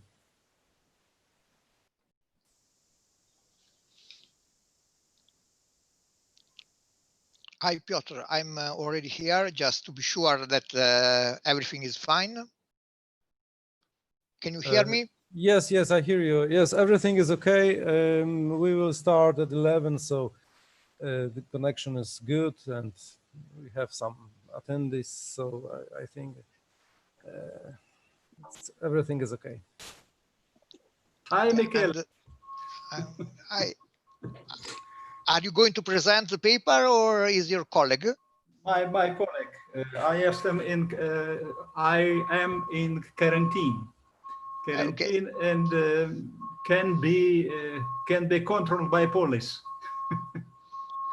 Okay. Okay. Michele? Yes. Yeah, that's Irina. Can you hear me? Yes, perfectly. Yes, okay. I try to show my screen. Yes. They must open it, Irina. Yes, I open.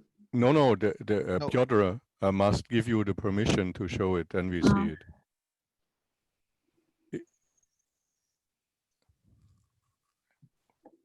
Perfect. Can you see? Хорошо. Oh, okay. Sorry. Okay. Yes, it's perfect. Mm-hmm. Michele, this is the time to show the latest pasta that you cook, because you are sitting in the kitchen. Yeah, I just moved a little bit since you see that something different now. Just I changed the position of the computer since I had the strong light on the screen. So now it's better. Yeah, perfect. Thank you. But still in the kitchen, that's true.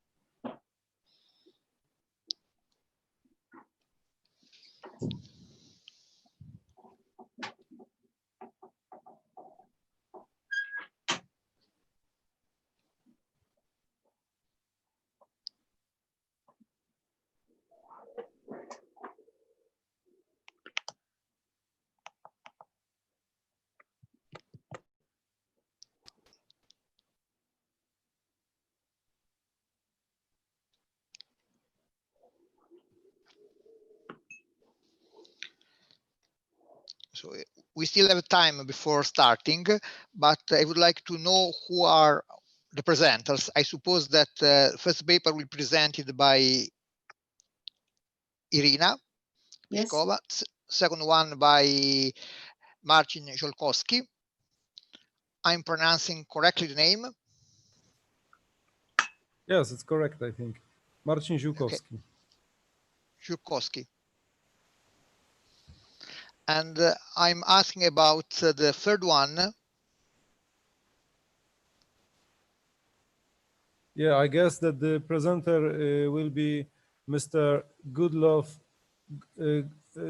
Suyla Kłaban. The pronunciation is not good from my side, so I'm not sure. But Godlov, Yes, Godlov Suyla Kłaban is probably the good. We have Godlov here, so please tell us if we pronounce your name in the proper way. Yeah, maybe he's not. Maybe he's drinking coffee at this moment. Okay, let's wait. In any case, Yeah. it's the third one, and Yeah. I think no problem, even if I will not be correct with pronunciation. It should be something in French, I suppose, since he's the student from Cameroon. So Yeah, probably, yes.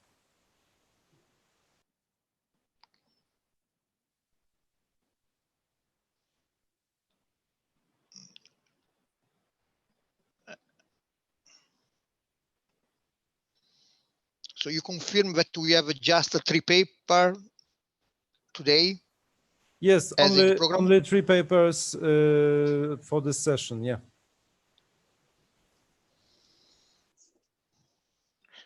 Since then I have a faculty meeting. Actually, it's starting now, but at least I can join the end. Understand. Okay. But I promised to come here, so and I knew about it just in the last days. So I mean, they should decide earlier. And I promised to come here, and I'll do that. It's also a pleasure to hear. And by the way, I know all the 3 speakers, not all the 3 speakers, but out of the 3 papers, since I think I met the presenter also of the third paper in the institute in Gliwice when I was still studying. Yeah, it's very possible. Yeah. Yeah, because this is the student from Gliwice from the Pan Institute. Yeah. So it's a pleasure to see that he stayed in Poland, he finished his thesis and works with you. So it's good news, I think. And it's a pleasure when young students come from Africa and they like lives in Europe. Mm-hmm. Yes. Yeah, we have 11 now, so we should start, I think. So please, Michele, the floor is yours. Thank you, Piotr. Thank you to all the organizers for inviting me to chair this session. It's a pleasure to me to start the session exactly on time. Sorry if the coffee break was so short. So the first paper will be on comparison of multi-server systems with exponential Pareto mixture distribution. His authors are Irina Pishkova, Yevsei Morozov, and Maria Maltseva. I suppose that Irina Pishkova is presenting. So Irina, the stage is yours. You have 15 minutes plus 5 minutes for questions, and feel free to use the time as you prefer. Okay, thank you, Michele. Hello, everybody. My name is Irina Peshkova, Petrozavodsk State University, and I am presenting a joint work with Yevsei Morozov and Maria Maltseva. The structure of my talk is the following. I will speak about finite mixture distributions and some random variables orderings like favor rate ordering. Excuse me, dear Irina, please share your screen because your screen is not visible now. Try again. Try again. Okay. Before it was working, so I was thinking that I had local problems. Yeah, now it's fine. Yes. Can you see? We can see the desktop. Okay, and now the paper. The paper. Yeah. Okay. Yeah, it's great. Slides. Okay. Thank you. The structure of my talk is the following. We will speak about some random variables ordering, power rate ordering, stochastic ordering, ordering with probability 1, and ordering with in expectations of random variables. And we will speak about power rate comparison of exponential Pareto mixture distribution with exponential and Pareto distributions. It's components of this finite mixture distribution, and about comparison of some performance measures like QSIs in multi-server systems with infinite buffers and few numerical simulation results. Finite mixture distributions are used in many real fields, for example, in income analysis, analysis of life data, insurance, in medical, biology, ecology research, in artificial intelligence and Internet of Things. There, some devices can create huge data, and some devices can create small and bursty data like temperature or light measure from sensor. And in queuing model simulation, the application of mixture of distribution motivated because arrival process and service times may be actually generated from quite different distributions with different properties, for example, like heavy and light tails. Now about finite mixture distributions. A random variable x is said to follow a finite mixture distribution with n components if a distribution function of x can be written in the following form. And fi is distribution function of I component, and pi is mixing proportion of I component. And the sum of these mixing proportions is equal to 1. In future slides, we need density function, expectation, and tail distribution. And for each x, we define failure rate function. It's density function divided by tail distribution function, and it's very important and popular function in reliability analysis. There are different kind of orderings of random variables. Some of them, about some of them I will speak. Let x and y be two non-negative random variables with distribution functions and densities, and we say that random variables x is less than random variable y stochastically if tail distribution functions are ordered, and we say that random variable x is less than random variable y with probability 1 if the probability of the event, this event, is equal to 1. We say that we order it in failure rate if failure rates are ordered in opposite way. And it's well known that failure rate ordering implies stochastical ordering, and stochastical ordering implies ordering in expectations. In stochastic modeling of queuing systems, we use coupling technique. So instead of the given random variable x, we consider stochastic copy. Tilde x is stochastically equivalent to random variable x. coupling of collection of random variables xi is a family of random variables tilde xi such that each component is equal, stochastically equivalent to the components of given family. And random variables xi are defined on the same probability space. And we consider quantile function of a given random variable. And when the random variable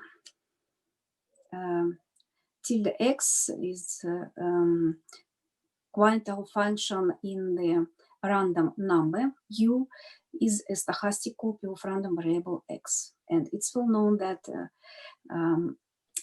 random variables are stochastically ordered if and only if the quantiles are ordered in the random number.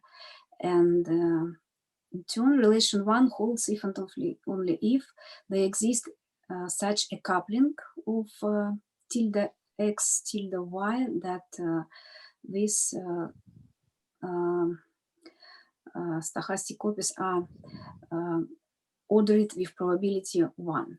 So in the stochastic modeling of QM system, instead of the given random variables, we consider the stochastic copy, which are ordered with probability 1, and this ordering probability 1 implies stochastical ordering of the original random variables. Now we consider the follow rate comparison of exponential Pareto distribution with exponential and Pareto distribution. We let random variable x have an exponential distribution with parameter lambda, and it's well known that follow rate of exponential distribution is constant and equal to the parameter lambda.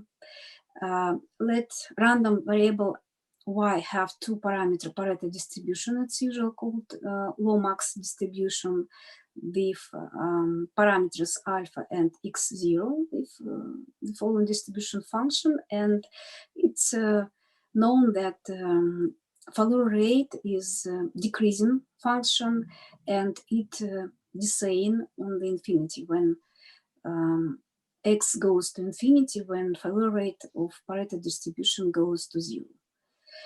And we suppose that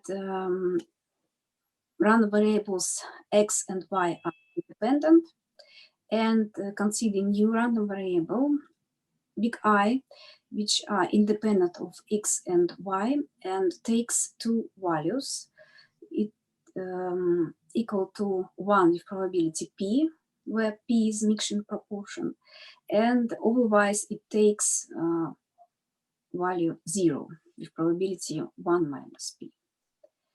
So the new random variable z is a mixture of exponential of the random variable with exponential distribution x and the random variable y with Pareto distribution. It has so-called exponential Pareto mixture distribution with the following tail distribution. Here p is a mixing parameter proportion. And it's not difficult to check that follow rate function has the following form, and it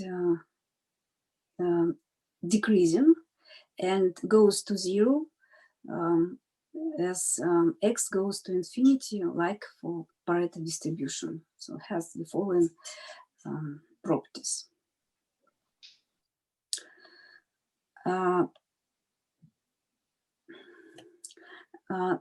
With follow rate comparison, now we speak about the follow rate comparison of this mixture distribution with followers of its components. And under condition 2, when lambda is more than alpha divided by x0, the following ordering between follow rates, that follow rate of Pareto distribution is less than follow rate of mixture, and it's less than follow rate of exponential distribution. And this condition too, follow rate ordering implies ordering in expectations. So random variables X, Y, and Z are ordered in follow rates stochastically and ordering in expectations. Of course, ordering in follow rates is very strong than stochastic ordering, but to write explicitly conditions for stochastic ordering for tail of distribution sometimes is very complicated. So it's more easier in many examples to find conditions for follow rate ordering. So we use this technique for ordering in queuing system modeling. So in this picture, you can see follow rates of Pareto distribution, of exponential distribution, and of mixture with different mixing proportions. And the upper line is for exponential distribution, the lowest is curve for Pareto distribution, and for proportion, mixing proportion is equal to 0.1. We have the closest follow rate of mixture to Pareto distribution. That is, I think, very clear. Now we'll speak about comparison of multi-series system with different service time distributions. We will speak now, in fact, about technique of regenerative envelopes. We consider two queuing systems, sigma 1 and sigma 2, with n series working in parallel. Service time discipline first come, first served.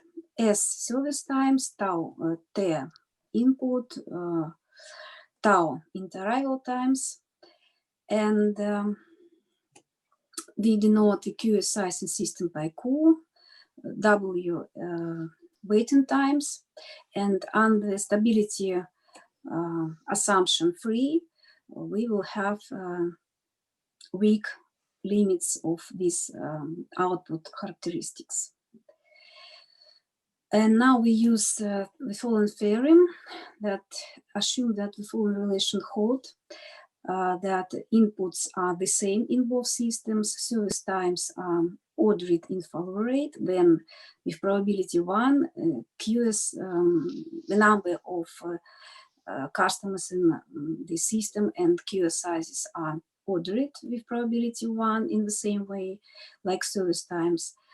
And if second, if interarrivals times are ordered in follow rate, service times are ordered in follow rate in opposite way, when waiting times are ordered in the same way like service times. So this orderings, monotonicity properties of queuing system we use for construction new systems and upper and lower bounds. So for a given system with exponential Pareto mixture distribution of service time, we consider two new systems with exponential, they have Pareto service time distribution with the same parameters, and the input flow the same. Then it's very easy that on condition 8, we have the following, the service times are ordered in 3 systems, and when the ordering between the basic performance measures must take place, expression 9. So QoS sizes and waiting times are ordered like service times in these 3 systems. And on the picture, this picture demonstrates the confidence intervals for mean QoS size. The upper curve is upper bound of confidence interval for the system with Pareto service time distribution. The lower bound is the lower bound of confidence interval for nucleosides in the system with exponential service time. And the next picture demonstrates the confidence interval for waiting time. And you can see that confidence interval for the given system with exponential Pareto distribution between upper bound of the system for confidence interval for mean waiting time system with Pareto distribution, and the low bound of confidence interval for mean waiting time with the system with exponential distribution. So this ordering works.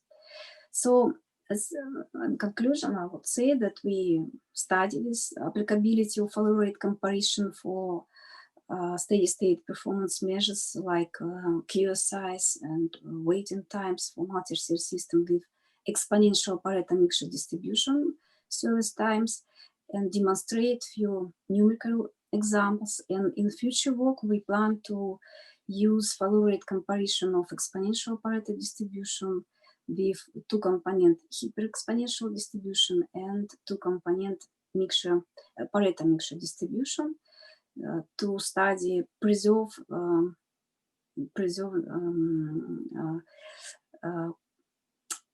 these properties of flow rates comparison for mixtures, for free mixtures. So thank you for attention. So thank you, Irina, for your talk. We have time for questions.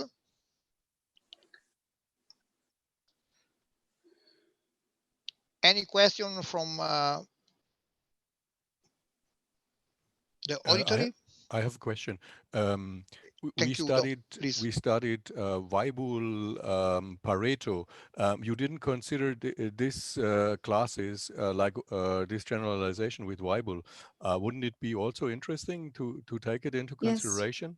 Yes. Well, in future work we want to use generalized gamma distribution, and Weibull distribution is one private case of this distribution, so we can try these distributions too, of course. Thank you. Thank you. Any other question? Curiosities, comments, suggestions? Okay.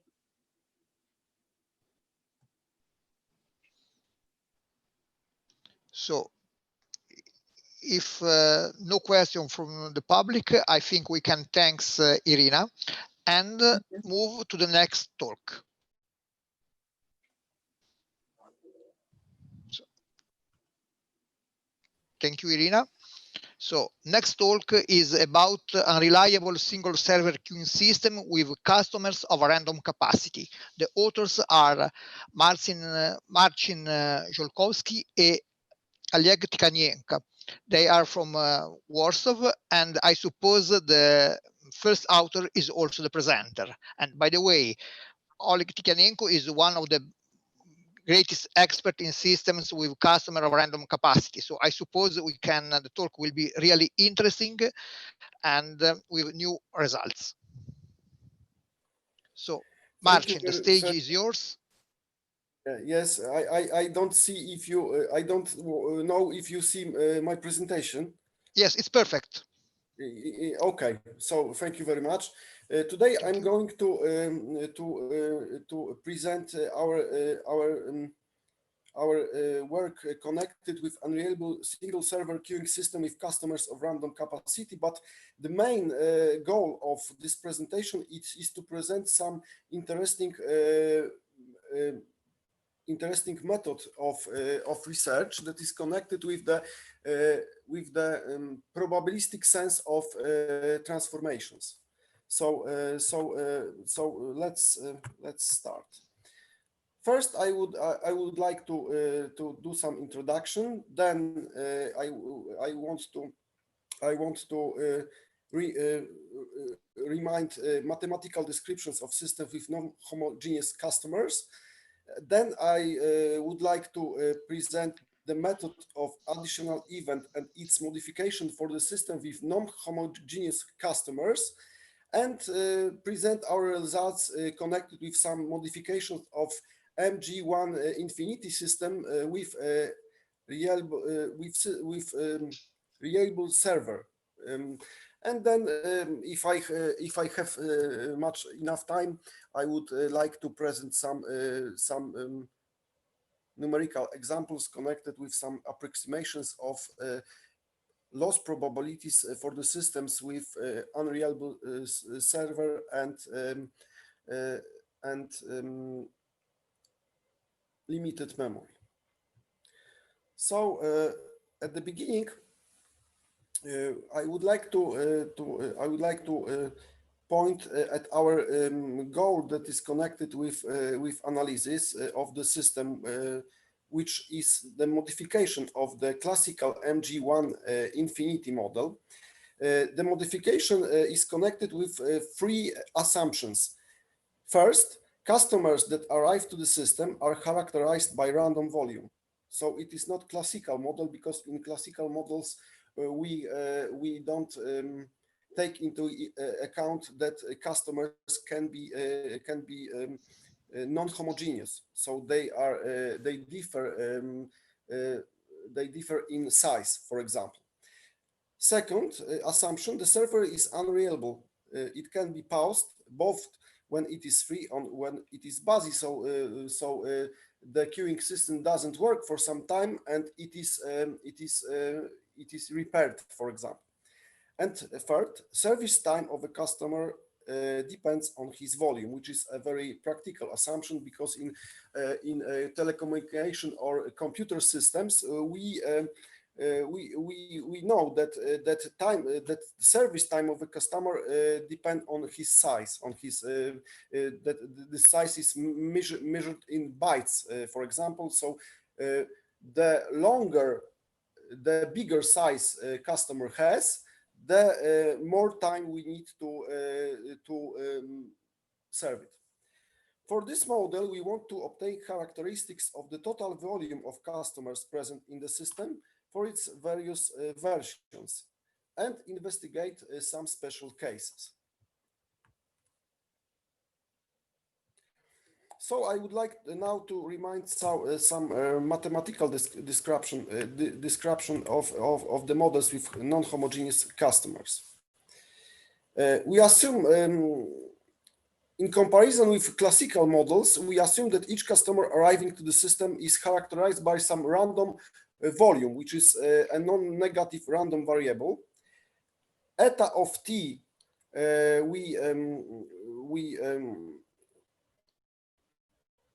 it is the number of customers present in the system at time instant t. Sigma of t, for us, the most important thing is the characteristic which is the sum of the volumes of all these customers. We call it total volume. Our purpose is the determination of this process. It is a stochastic process. It is a stochastic process that describes the behavior of the system. We also assume that customer service time generally depends on his volume. This dependence is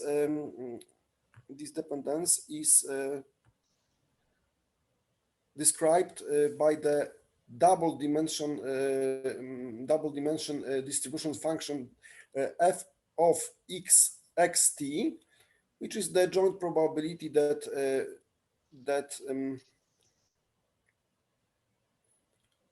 the volume of the customer is less than x and its service time is less than t. So it is the double distribution function of these random variables. Of course, if you want to have a distribution function of the customer volume f and its service time itself, we have to do some substitutions. So L of x, which is the distribution function of the customer volume, is f of x and infinity, and distribution function of service time is the limit of f of infinity and t. These are distribution function of customer's volume and its service time. We introduce also the double Laplace TLTS transform of this common distribution function alpha of SQ. It is double Laplace TLTS transform of this double distribution function. And of course, like in the case of single distribution function, we can introduce single Laplace TLTS transforms of customer volume and its service time.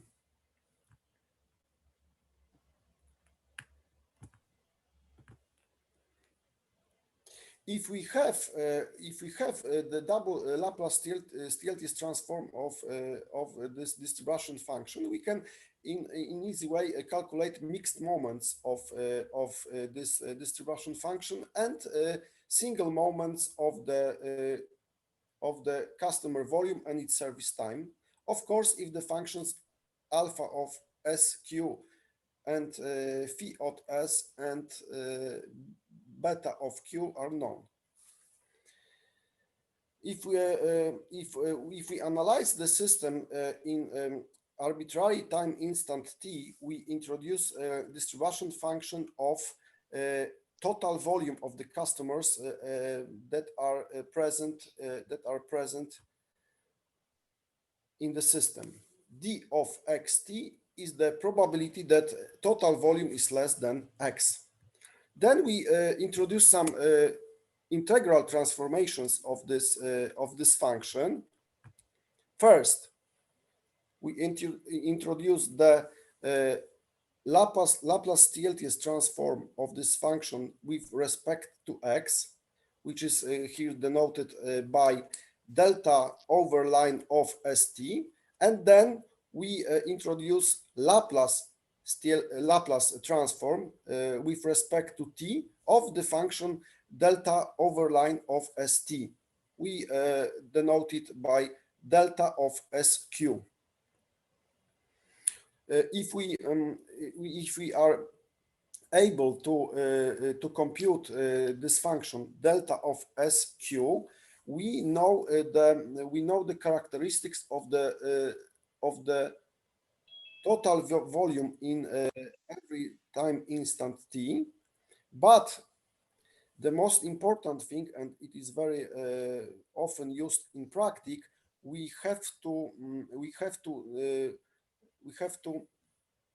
want to have these characteristics in the steady state, so we compute the function delta of S, which is the Laplace TLTS transform of the distribution function d of x, which is the limit of the function d of xt when t converges to infinity. So it is presented in the slide. So very often we calculate only the function d of x, which is the distribution of the total volume in the steady state. And the same for if we want to do this, we introduce the Laplace transform of this function delta of s, and we can prove that it is a limit with q converges to 0, q delta of s and q.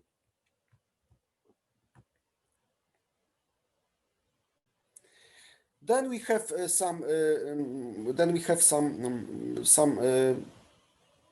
technical lemma if we introduce some conditional distribution function of the random variable he of t, which is the volume of a customer that is served at time instant t, under condition that time from his service beginning to the moment t is equal to y. Then we have the formula that is presented in lemma 1. From this lemma, we obtain also the Laplace TLTS transform of this function. It is some very technical lemma, but very needed to do the analysis of the system with non-homogeneous customers. Then I want to say some things about the method of additional event and its modification, which is the main one of the main goals of this presentation and article that was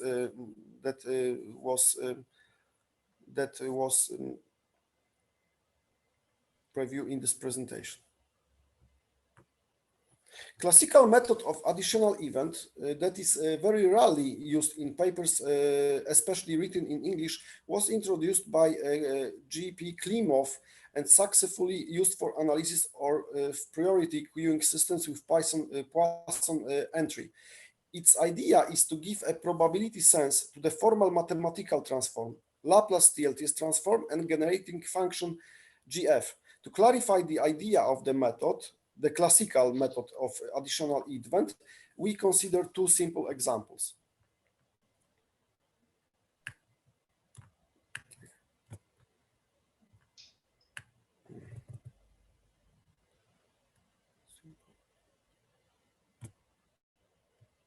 Example 1. Assume that we have a non-negative random variable xi with distribution function a of t that has a sense of the duration of some random process under consideration. Let, independently of this process behavior, some events called catastrophes take place and form stationary Poisson-Paribas process with parameter q. Then Laplace TLTS transform of the distribution function a of t is probability that catastrophes do not appear during duration of the process. So the probabilistic sense of the random variable of the Laplace TLTS transform of the distribution function a of t is probability that catastrophes do not appear during duration of the process. It can be easily proved using total probability theorem in the probabilistic space that is infinitive, and we can use total probability theorem to show it, to prove it.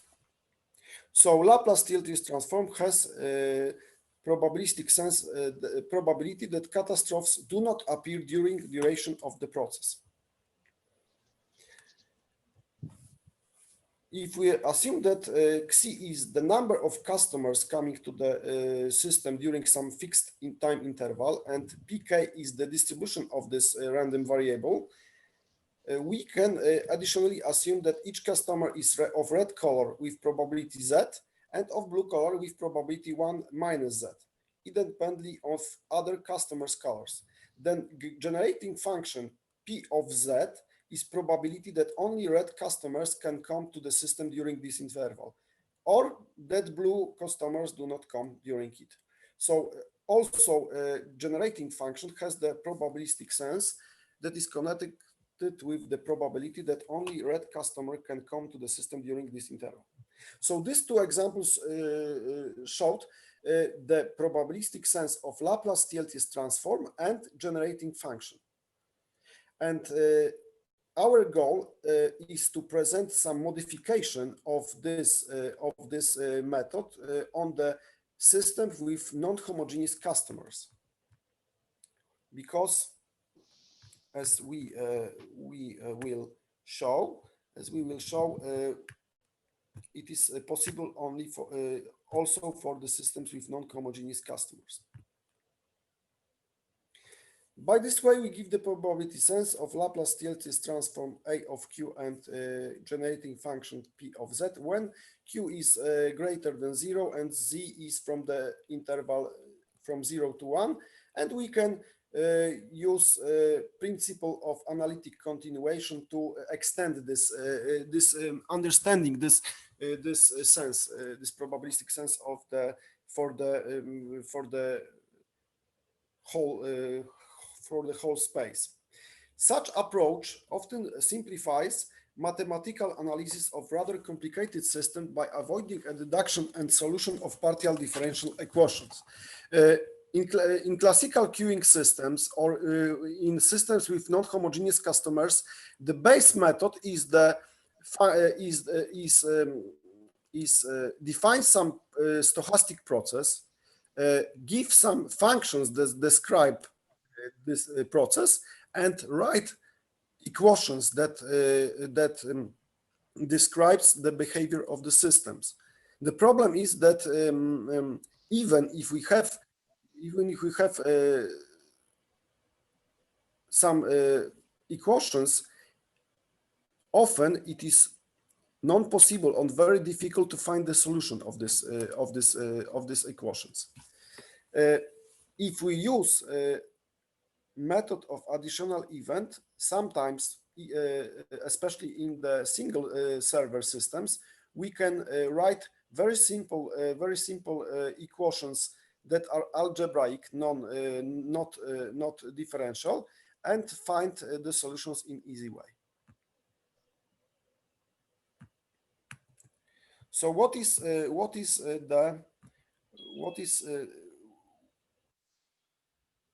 the generalization of it? Our modification of the classical method consists of the following assumption. The color of a customer depends on his volume. So arbitrary customer of volume X is read with probability A to the power minus Sx and blue with probability 1 minus this value. Then we can generalize it for the all characteristics that were showed earlier. In this case, when we introduce this generalization, phi of s, so Laplace TLT transform of the volume of a customer is probability that an arbitrary customer is read. B of Q, beta of Q is the probability that there are no catastrophes during the service of an arbitrary customer. Double Laplace TLT transform is joint probability that an arbitrary customer is read and there are no catastrophes. And the main thing, Q multiplied by delta of SQ is probability that the first catastrophe appears when there are no blue customers in the system. The same sense is as in classical. And now in our paper, we present as an example determination of the function delta of SQ for the classical system MG1 infinity with random volume customers and unlimited total volume by modified method of additional events. Earlier, this result was, of course, obtained by ordinary classical methods. And I see that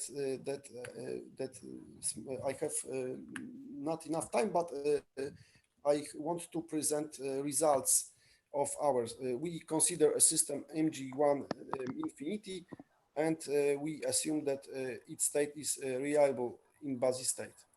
So the server can be broken, and then we must wait for the renovation, for the repair of the system. We introduce, of course, the delta of SQ characteristics and try to find the formula for it using modified method of additional event. It is the solution of it. It is complicated as we can see it, and the proof is very technical because we need to use a method of additional event on the basic periods and so on. So it is complicated in some sense, but simpler than if we use differential equations. If we have delta of SQ, we can calculate also this characteristic for the total volume in the stationary mode. And then on the base of it, we can calculate the moments on this variable. So we can calculate mean value of the total volume in the steady state on or second moment that, for example, allows us to calculate the variance, for example. These are main results. Two sentences only at the end. First one, this analysis is only for the system when it is when it can be broken when it is free. But there is no problem to generalize it for the situation when the server can be also broken when it is busy, because in this case we only change the distribution function of the service time, because service time we have to add to it the pauses. And second sentence, practical. Of course, it is system with no losses, because we have infinity queue. We don't have here losses. But as we know from the theory of the queuing systems with non-homogeneous customers, such models are very important, because if we have the characteristics delta 1 and delta 2, we can approximate the distribution function in analogous systems, but with limited memory space, and we can, on the base of it, we can calculate the estimators of loss characteristics for the analogous systems, but with limited total volume, which was done in our article for, of course, some special case of the model, but I have not enough time to present it, I think. Thank you very much, and I wait for some for your questions and some maybe suggestions. Thank you very much. So thank you, Marcin, for your talk. It was a little bit long, so we have just time for a short question, if any. Otherwise, I think the people can contact you during the break or by email, if no question here. Thank you very much. Any comment by the co-author, Oleg Tikhanienko?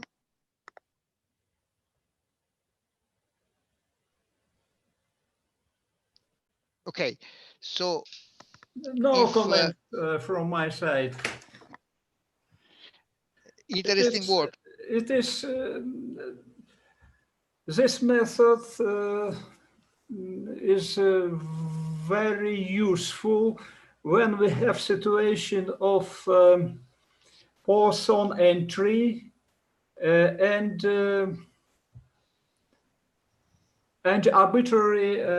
arbitrary distribution, joint distribution of volume and service time. If the system is more complicated than ordinary system MG, than MG1 infinity. This method in classical form was used in analysis of priority systems in Russian, and in the book such book, it is very good book from queuing theory in priority systems. This book was published in 1973, but this method is not popular in English literature, and we present this method. What this method, it very useful. Thank you very much. Thank you, Aliak, for your comments. I think this is a very important contribution for the not Russian-speaking community. So thank you for giving this novelty to presenting this paper and for your additional comments. So we thank you and Marcin for the talk, and we pass to the last speaker of this session. So last but not least, now we have the paper about the transient analysis of the performance of cloud processing servers with lineaging of tasks and feedback. It is a cooperation between Gliwice, so the host institution, and Poland. And I suppose that the speaker is the first author, Godlav Suila Kwaban, who is clearly not from Poland too. So Godlav, the stage is yours. Okay, thank you very much. My presentation will be on the performance evaluation of a cloud computing physical machine with task reneging and resubmission, which could be called feedback. Just a brief background on the context of the problem. Cloud service providers provide on-demand cloud computing services such as software, platforms, and infrastructure to their customers. And this enables the users to access these services anywhere at any time based on their needs without the concern of setting up their own infrastructure, which we know for a startup company that wants to set up an IT infrastructure, cost of setting up that infrastructure, the time it takes, and the cost of maintenance and provisioning the infrastructure. Cloud computing makes it very easy to set it within a very short time and to manage it within a reasonable cost. And you can terminate the service when you no longer need it. Task reneging or dropping sometimes occurs when a task waits in the queue longer than the timeout or the execution deadline. A task could be submitted and it's supposed to be completed within a defined deadline. Or it could be dropped because it is compromised, because we know that security in cloud computing is also a major concern. And if we can be able to detect that a task is compromised or that it could be of danger to our system, it will just be so logical to drop the task before it is submitted for processing. Or the task can be dropped as an active queue management mechanism to avoid tail dropping of tasks when the queues are full and additional tasks submitted are consistently being dropped. Renege or drop tasks could be resubmitted provided that these tasks were not dropped for security reasons. For example, if a task is dropped from the queue because there was no space for it to fit, or because it has waited for so long, it can be resubmitted for processing. But if it was for security reason, the security mechanism should ensure that this task should not be readmitted. A simplified cloud computing model is such that we have clients that submit the task or the jobs. These tasks are transported through an internet core network. From the internet core networks, they are managed by a load balancer. The load balancer distributes the task to the various physical machines. The load balancer could use various scheduling mechanisms to distribute these tasks. And we could have quality of service based scheduling. We could have particle swarm optimization based scheduling. We could have multiprocessor based scheduling, or fuzzy based scheduling, cluster based scheduling. We could have deadline constraint scheduling, cost based scheduling, and we could have a round robin scheduling mechanism. And of course, random neural networks have been used in combination with round robin to provide a scheduling mechanism that provide good quality of service. And the allocation could use discrete symbiotic organism search scheduling algorithm. There are a lot of them that have been proposed in the literature, because the load balancer plays a very key role, but it is not the concern of this paper. But we have looked at it in some other works that we have submitted in other submitted in other publication. But here we are concerned with the physical machine, and the physical machine contains virtual machines. As we know, virtualization provides a very great benefit. The first one is that it abstracts the physical resources like the memory, the processor, the network infrastructure. When all these are abstracted and shared by the virtual machines, it provides the benefit of good quality of service. When you have multiple virtual machines and you submit tasks, they are processed faster. It provides energy. If you had to set up a server where you have to set up a server that works on Linux, that works on Windows, that works on for different purposes, but with virtualization, you can deploy these servers in the different virtual machines.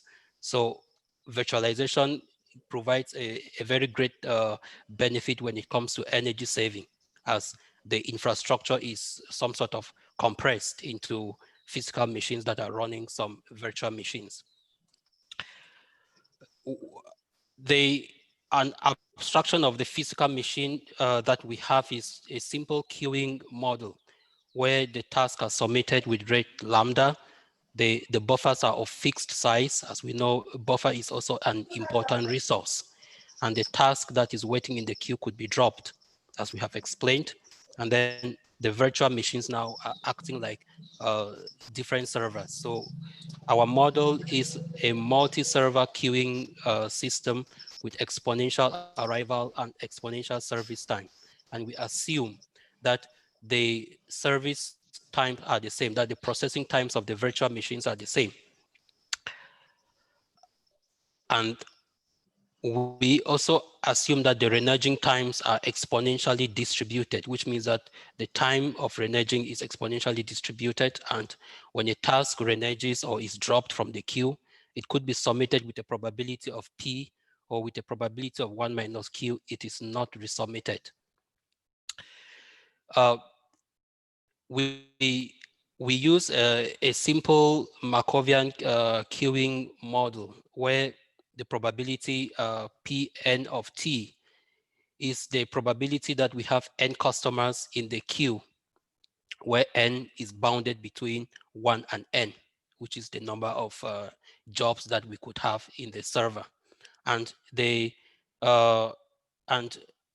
equation describing the queuing process is as shown.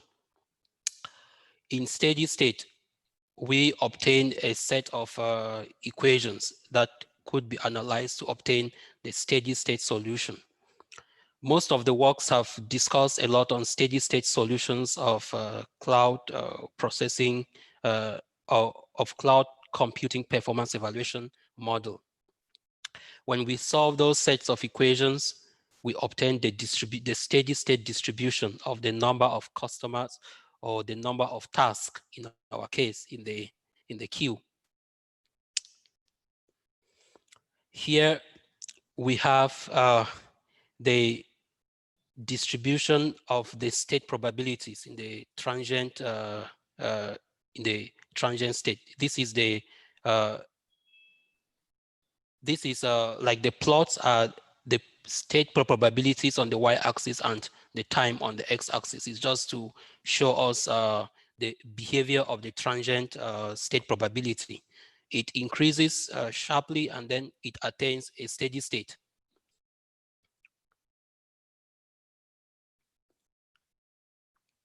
And here we have the average delay, which also increases and then consequently attain a steady state. But the transient state varies from the case with reneging and feedback with the case with reneging without feedback. With feedback, we see that the delay is larger compared with the delay without feedback, because you have multiple tasks to process because of the resubmission, and the transient time is very long for the case of feedback. And then we have the probability of task blocking. Task blocking here means that the buffers are full and the subsequent arriving task will be consistently dropped. That is, we call it the probability of tail dropping. Then here we have the effect of the arrival rate on the mean delay. We see that as the arrival rate increases, the mean delay rises, but there is a particular point, but the rise is very, is almost linear, but there is a particular point of the arrival rate where a small increase in the arrival rate will lead to a very sharp rise in the delay. And at that point, it is like a threshold. And it is possible to configure the buffering such that at this load of utilization or at this particular arrival rate, we should randomly drop some tasks to ensure that we don't have very long delays, because in that case now a good active queue mechanism or queuing management mechanism should be used to ensure that the delay is kept within this almost linear part. And a similar behavior can be observed with the probability of task blocking. At a particular load or at a particular arrival rate, we find that a very small increase in the load will cause a very sharp rise in the probability of dropping. And sometimes it is when you pass the load percentage of between 70 to 80%, a very small rise in the load always leads to a very sharp rise in the mean delay or the probability of blocking. And in that case, some active queue mechanism or queue management mechanisms are very good, but that is not the subject of this presentation. But we intend to look into those kinds of mechanisms as well. Then here is the average delay with respect to the probability of feedback. As the probability of feedback increases, the delay increases, because in that case, we see that more tasks are being submitted and the delay should likely increase. And then the effect of reneging on the mean delay. As more tasks are being dropped, it means that we have less tasks to process. And so the delay should be dropping as the rate of dropping of tasks is increasing. So dropping of tasks could be sometimes very beneficial in order to keep the queues at a very manageable size, that we will not have very long delays or have or have a situation where the buffers get full and we have tail dropping. So we have the average delay, the effect of the number of servers, in this case, the number of virtual machines.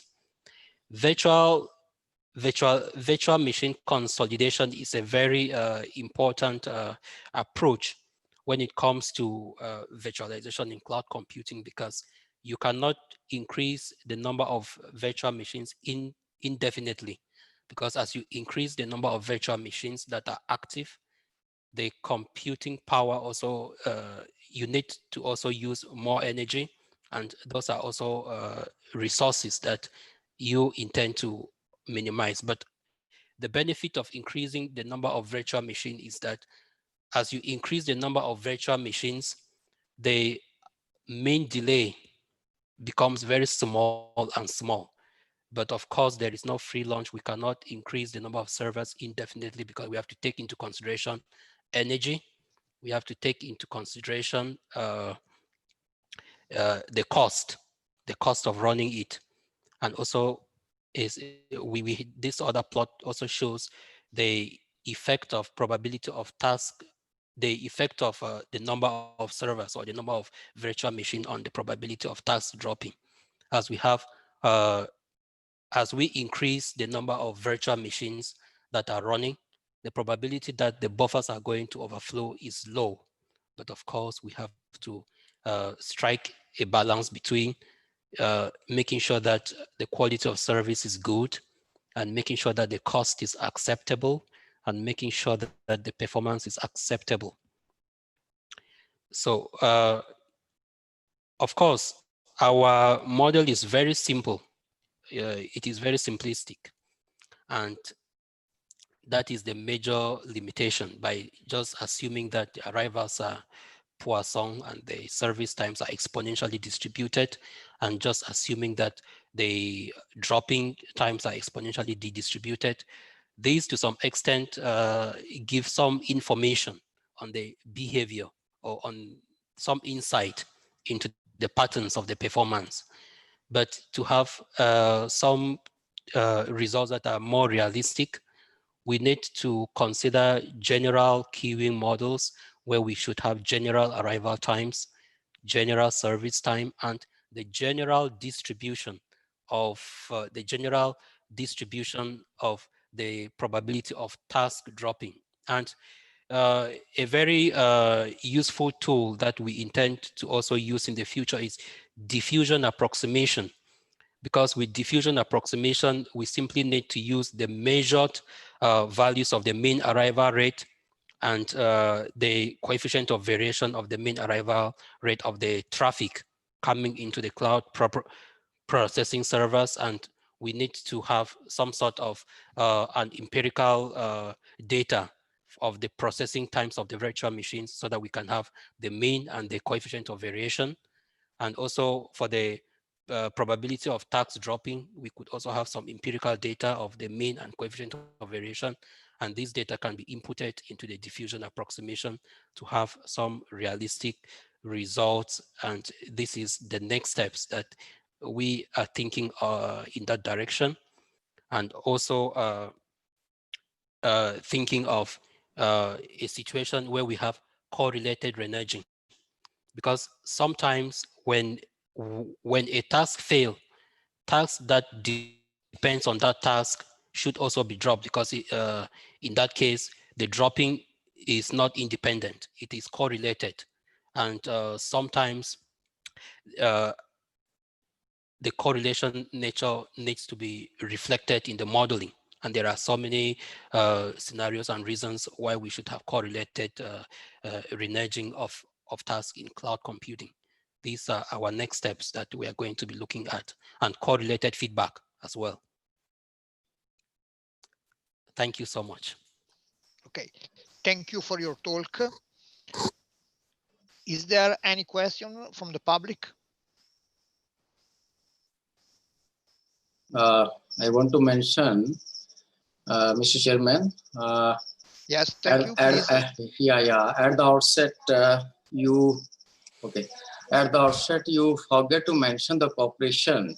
It is a cooperation of 3 universities. One is Police Academy of Sciences, Salesian University, and Sri Mata Vaishno Devi University, India. So there are 3 authors. Yeah, I just I said no it's a cooperation, but okay. Yeah. I didn't mention the other authors. Sorry for that. Oh, Are you a co-author? Yes, yes. So please, if you want to add something. No, he has very well explained everything. If public have some questions, they can ask. I had a question, but the speaker answered and you explained the future works about correlation of. Yeah. That's our ongoing work. Yes. Yeah. So if no questions from the public, I think we can finish this session. Yes. I thank all the speakers, and as Martin wrote in the chat, clearly these papers will be available in the proceedings, so interested people can read the paper, find some more details, and but it's good that all the speakers were more or less in the time, and they gave the idea of their work without maybe all the details, but it's good in the conference to explain which are the main stages of the work. So once again, many thanks to all the speakers and the co-authors who are listening the session, and also to all the other people who listened to this session. So this session is closed.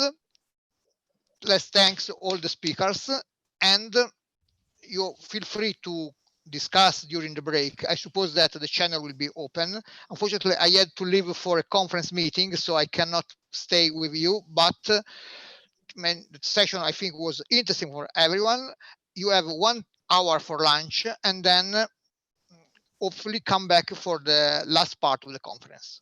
Yes, So yes, goodbye, and see you in Gdansk next year, I hope. Sure, sure. Thank you, Professor, for chairing this session, and I hope we will see you next year in Gdańsk. Thank you. Thank you. And many thanks to you for organizing such a good event and solving all the technical problems with connection and so on.